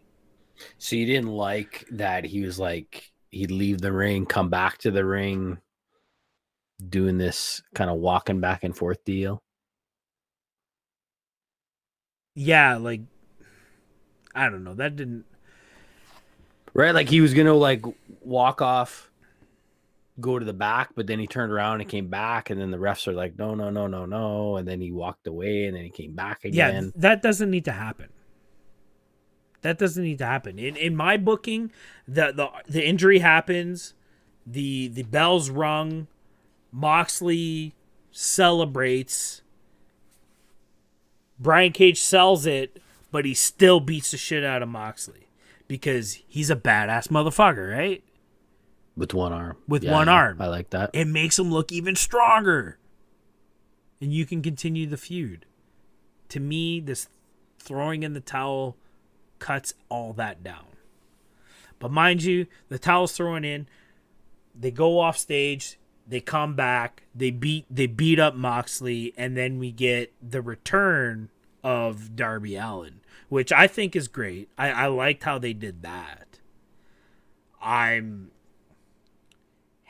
like 50% excited about a Darby Allin Brian Cage match. I think there's a lot those two could do together. But what did you think of the after the ring, after the bell antics? Yeah, the walking back and forth was a bit like these are little refs. He could have threw them all off the stage, like. And maybe he should have. They're just not doing well enough to like show his power. But I don't know. I guess Darby had to get set up for his part, and maybe they needed to do a little bit of delay. I mean, I popped for the Darby thing. I wasn't expecting it. Caught me off guard. It's cool that he's back. That skateboard was cool. I don't know if you saw a shot of it with the half Cage, half his face. Yeah, for sure. That was really sweet. Yeah.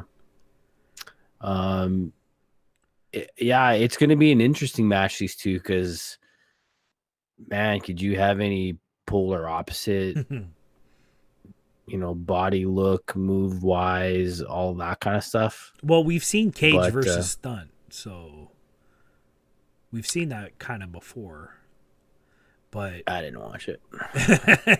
It was a dark match. But like with Allen, with Darby, like it makes when he gets offense in because he's an established star, it's gonna make sense in a way. Yeah. But I'm Yeah. like, there's a lot they can do with that polarizing size. There's a lot they can do. There was some talking in the ring after Taz gets Cage back out of the ring. There was some communication between Darby and Moxley. Like, is this leading to maybe Darby's the next in line for, a build into the title picture? There seemed like there was tension and animosity between Moxley and Allen. What did you think of that exchange as it took forever for the show to end? Like they really fucked up. They really fucked up the timing on the commercial during the Jericho segment, and then they drew this one out way too long. Yeah. I have to admit, I didn't really catch that. I was explaining a bit of backstory to the wife as to the whys and the who. Right. So I missed that part. Could you hear and make out what they were saying, or just you saw that they were just talking to each other? Okay. Yeah, I was wondering, like, I mean, usually Moxley doesn't really care who it is. He just beats up everybody. So I was surprised he didn't like grab him and give him a paradigm shift. Considering that Cage kicked out of his paradigm shift, which I thought was interesting. Well, I mean, they told that story, like Taz did the breakdown, the paradigm shift breakdown, and how, because of the size of Brian Cage's arms and stuff like that, that the paradigm shift is ineffective. So they were just kind of But did you see that paradigm shift? That was one of the best paradigm shifts. Yeah, it really That's was. been done. Yeah, it really was. It didn't look like it affected him at all. Yeah, so. But it is. I don't know. Cage's shoulders are like his legs. They're weak. Just weak sauce. It's Michael Bay. All show, no substance. So yeah, I mean, good week of AEW. Being the Elite, great. AEW Dark was really solid this week. Fight for the Fallen was a great show and for a great cause. It had slow points, but mostly high. It was a really good show. Should be noted that NXT not only won the demo for the week, they were higher ranked than NXT, but they also won total viewers, as it seems to be the only important number to the marks out there. So quickly, something just popped into my mind. There's been a lot of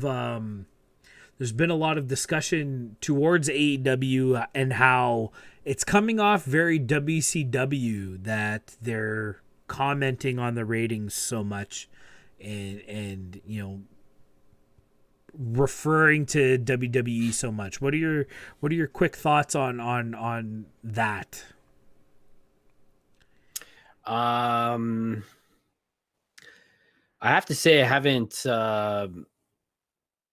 maybe besides Jericho's comments this week about the ratings, that I think we don't need to do this. Like, even though it's wrestling and it's the same thing, AEW is offering something different. Like, it's a different type of show. So don't worry about what those guys are doing.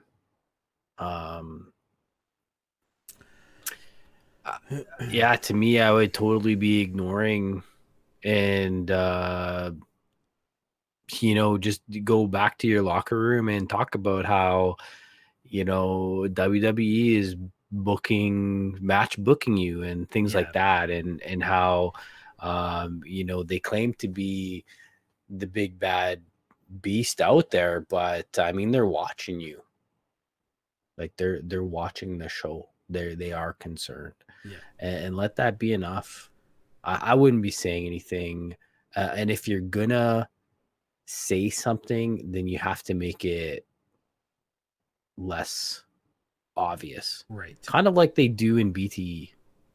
Well, Right? They take little stabs, but if you didn't really follow stuff, you wouldn't know. That's my argument to all this is like I said it earlier in the show, there's a time and a place for some of this stuff. And that time and place is kind of BTE. Because that's the kind of the point. It's the shtick. It's the satire that BTE is. You can take those obvious shots at WWE in that platform because it makes sense to that. When it comes to Dynamite, like Jericho's comments calling himself the demo god, it made sense in the moment. But as he elaborated more and more and more on what he was saying, it was kind of getting like, okay, slow down, bud. I like the subtle comments that you don't necessarily know they're a shot at Vanilla Brand, but they totally are. Like Taz's comment a couple weeks ago about the COVID testing and how AEW doesn't run no loose ship. Like, that's subtle. It was a good comment. I like that kind of stuff. Yeah. But when you're kind of like right on the nose, like we're kicking your ass, like that doesn't need to happen. That was the downfall of WCW, is when they started like the turning point in the ratings war was when, because at the time Raw was taped, so Nitro knew what Raw's big surprise was going to be, and they called it out at the beginning of the show. Tony Schiavone's talked about this all the time because he's the one who had to say the words.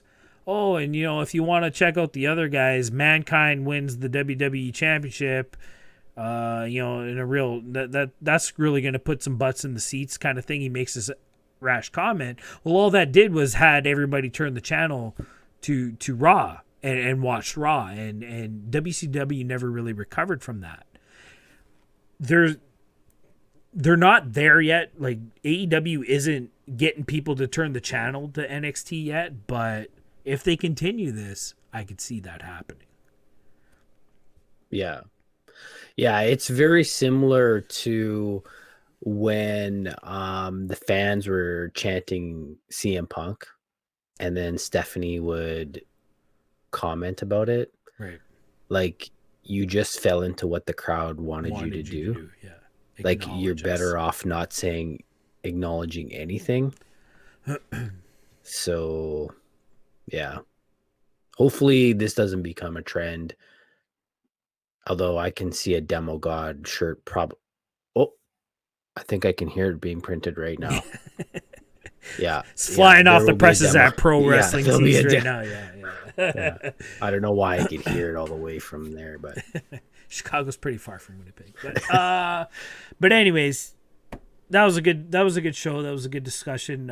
We kind of went off the rails there a couple times, but it wouldn't be an impromptu wrestling podcast if we didn't go off the rails a little bit. But I want to thank everybody off the rails wrestling podcast. Name change? No. Anyways, we want to thank everybody for sticking with us. Let us know if you made it to the end of the show. That'd be really great. Don't forget to like, subscribe, leave your comments below. Let us know what we doing right, what we're doing wrong, and all that good jazz. And we'll catch y'all next week on the show. Peace out. Fuck you, Jason Corvette. Oh, I hate you.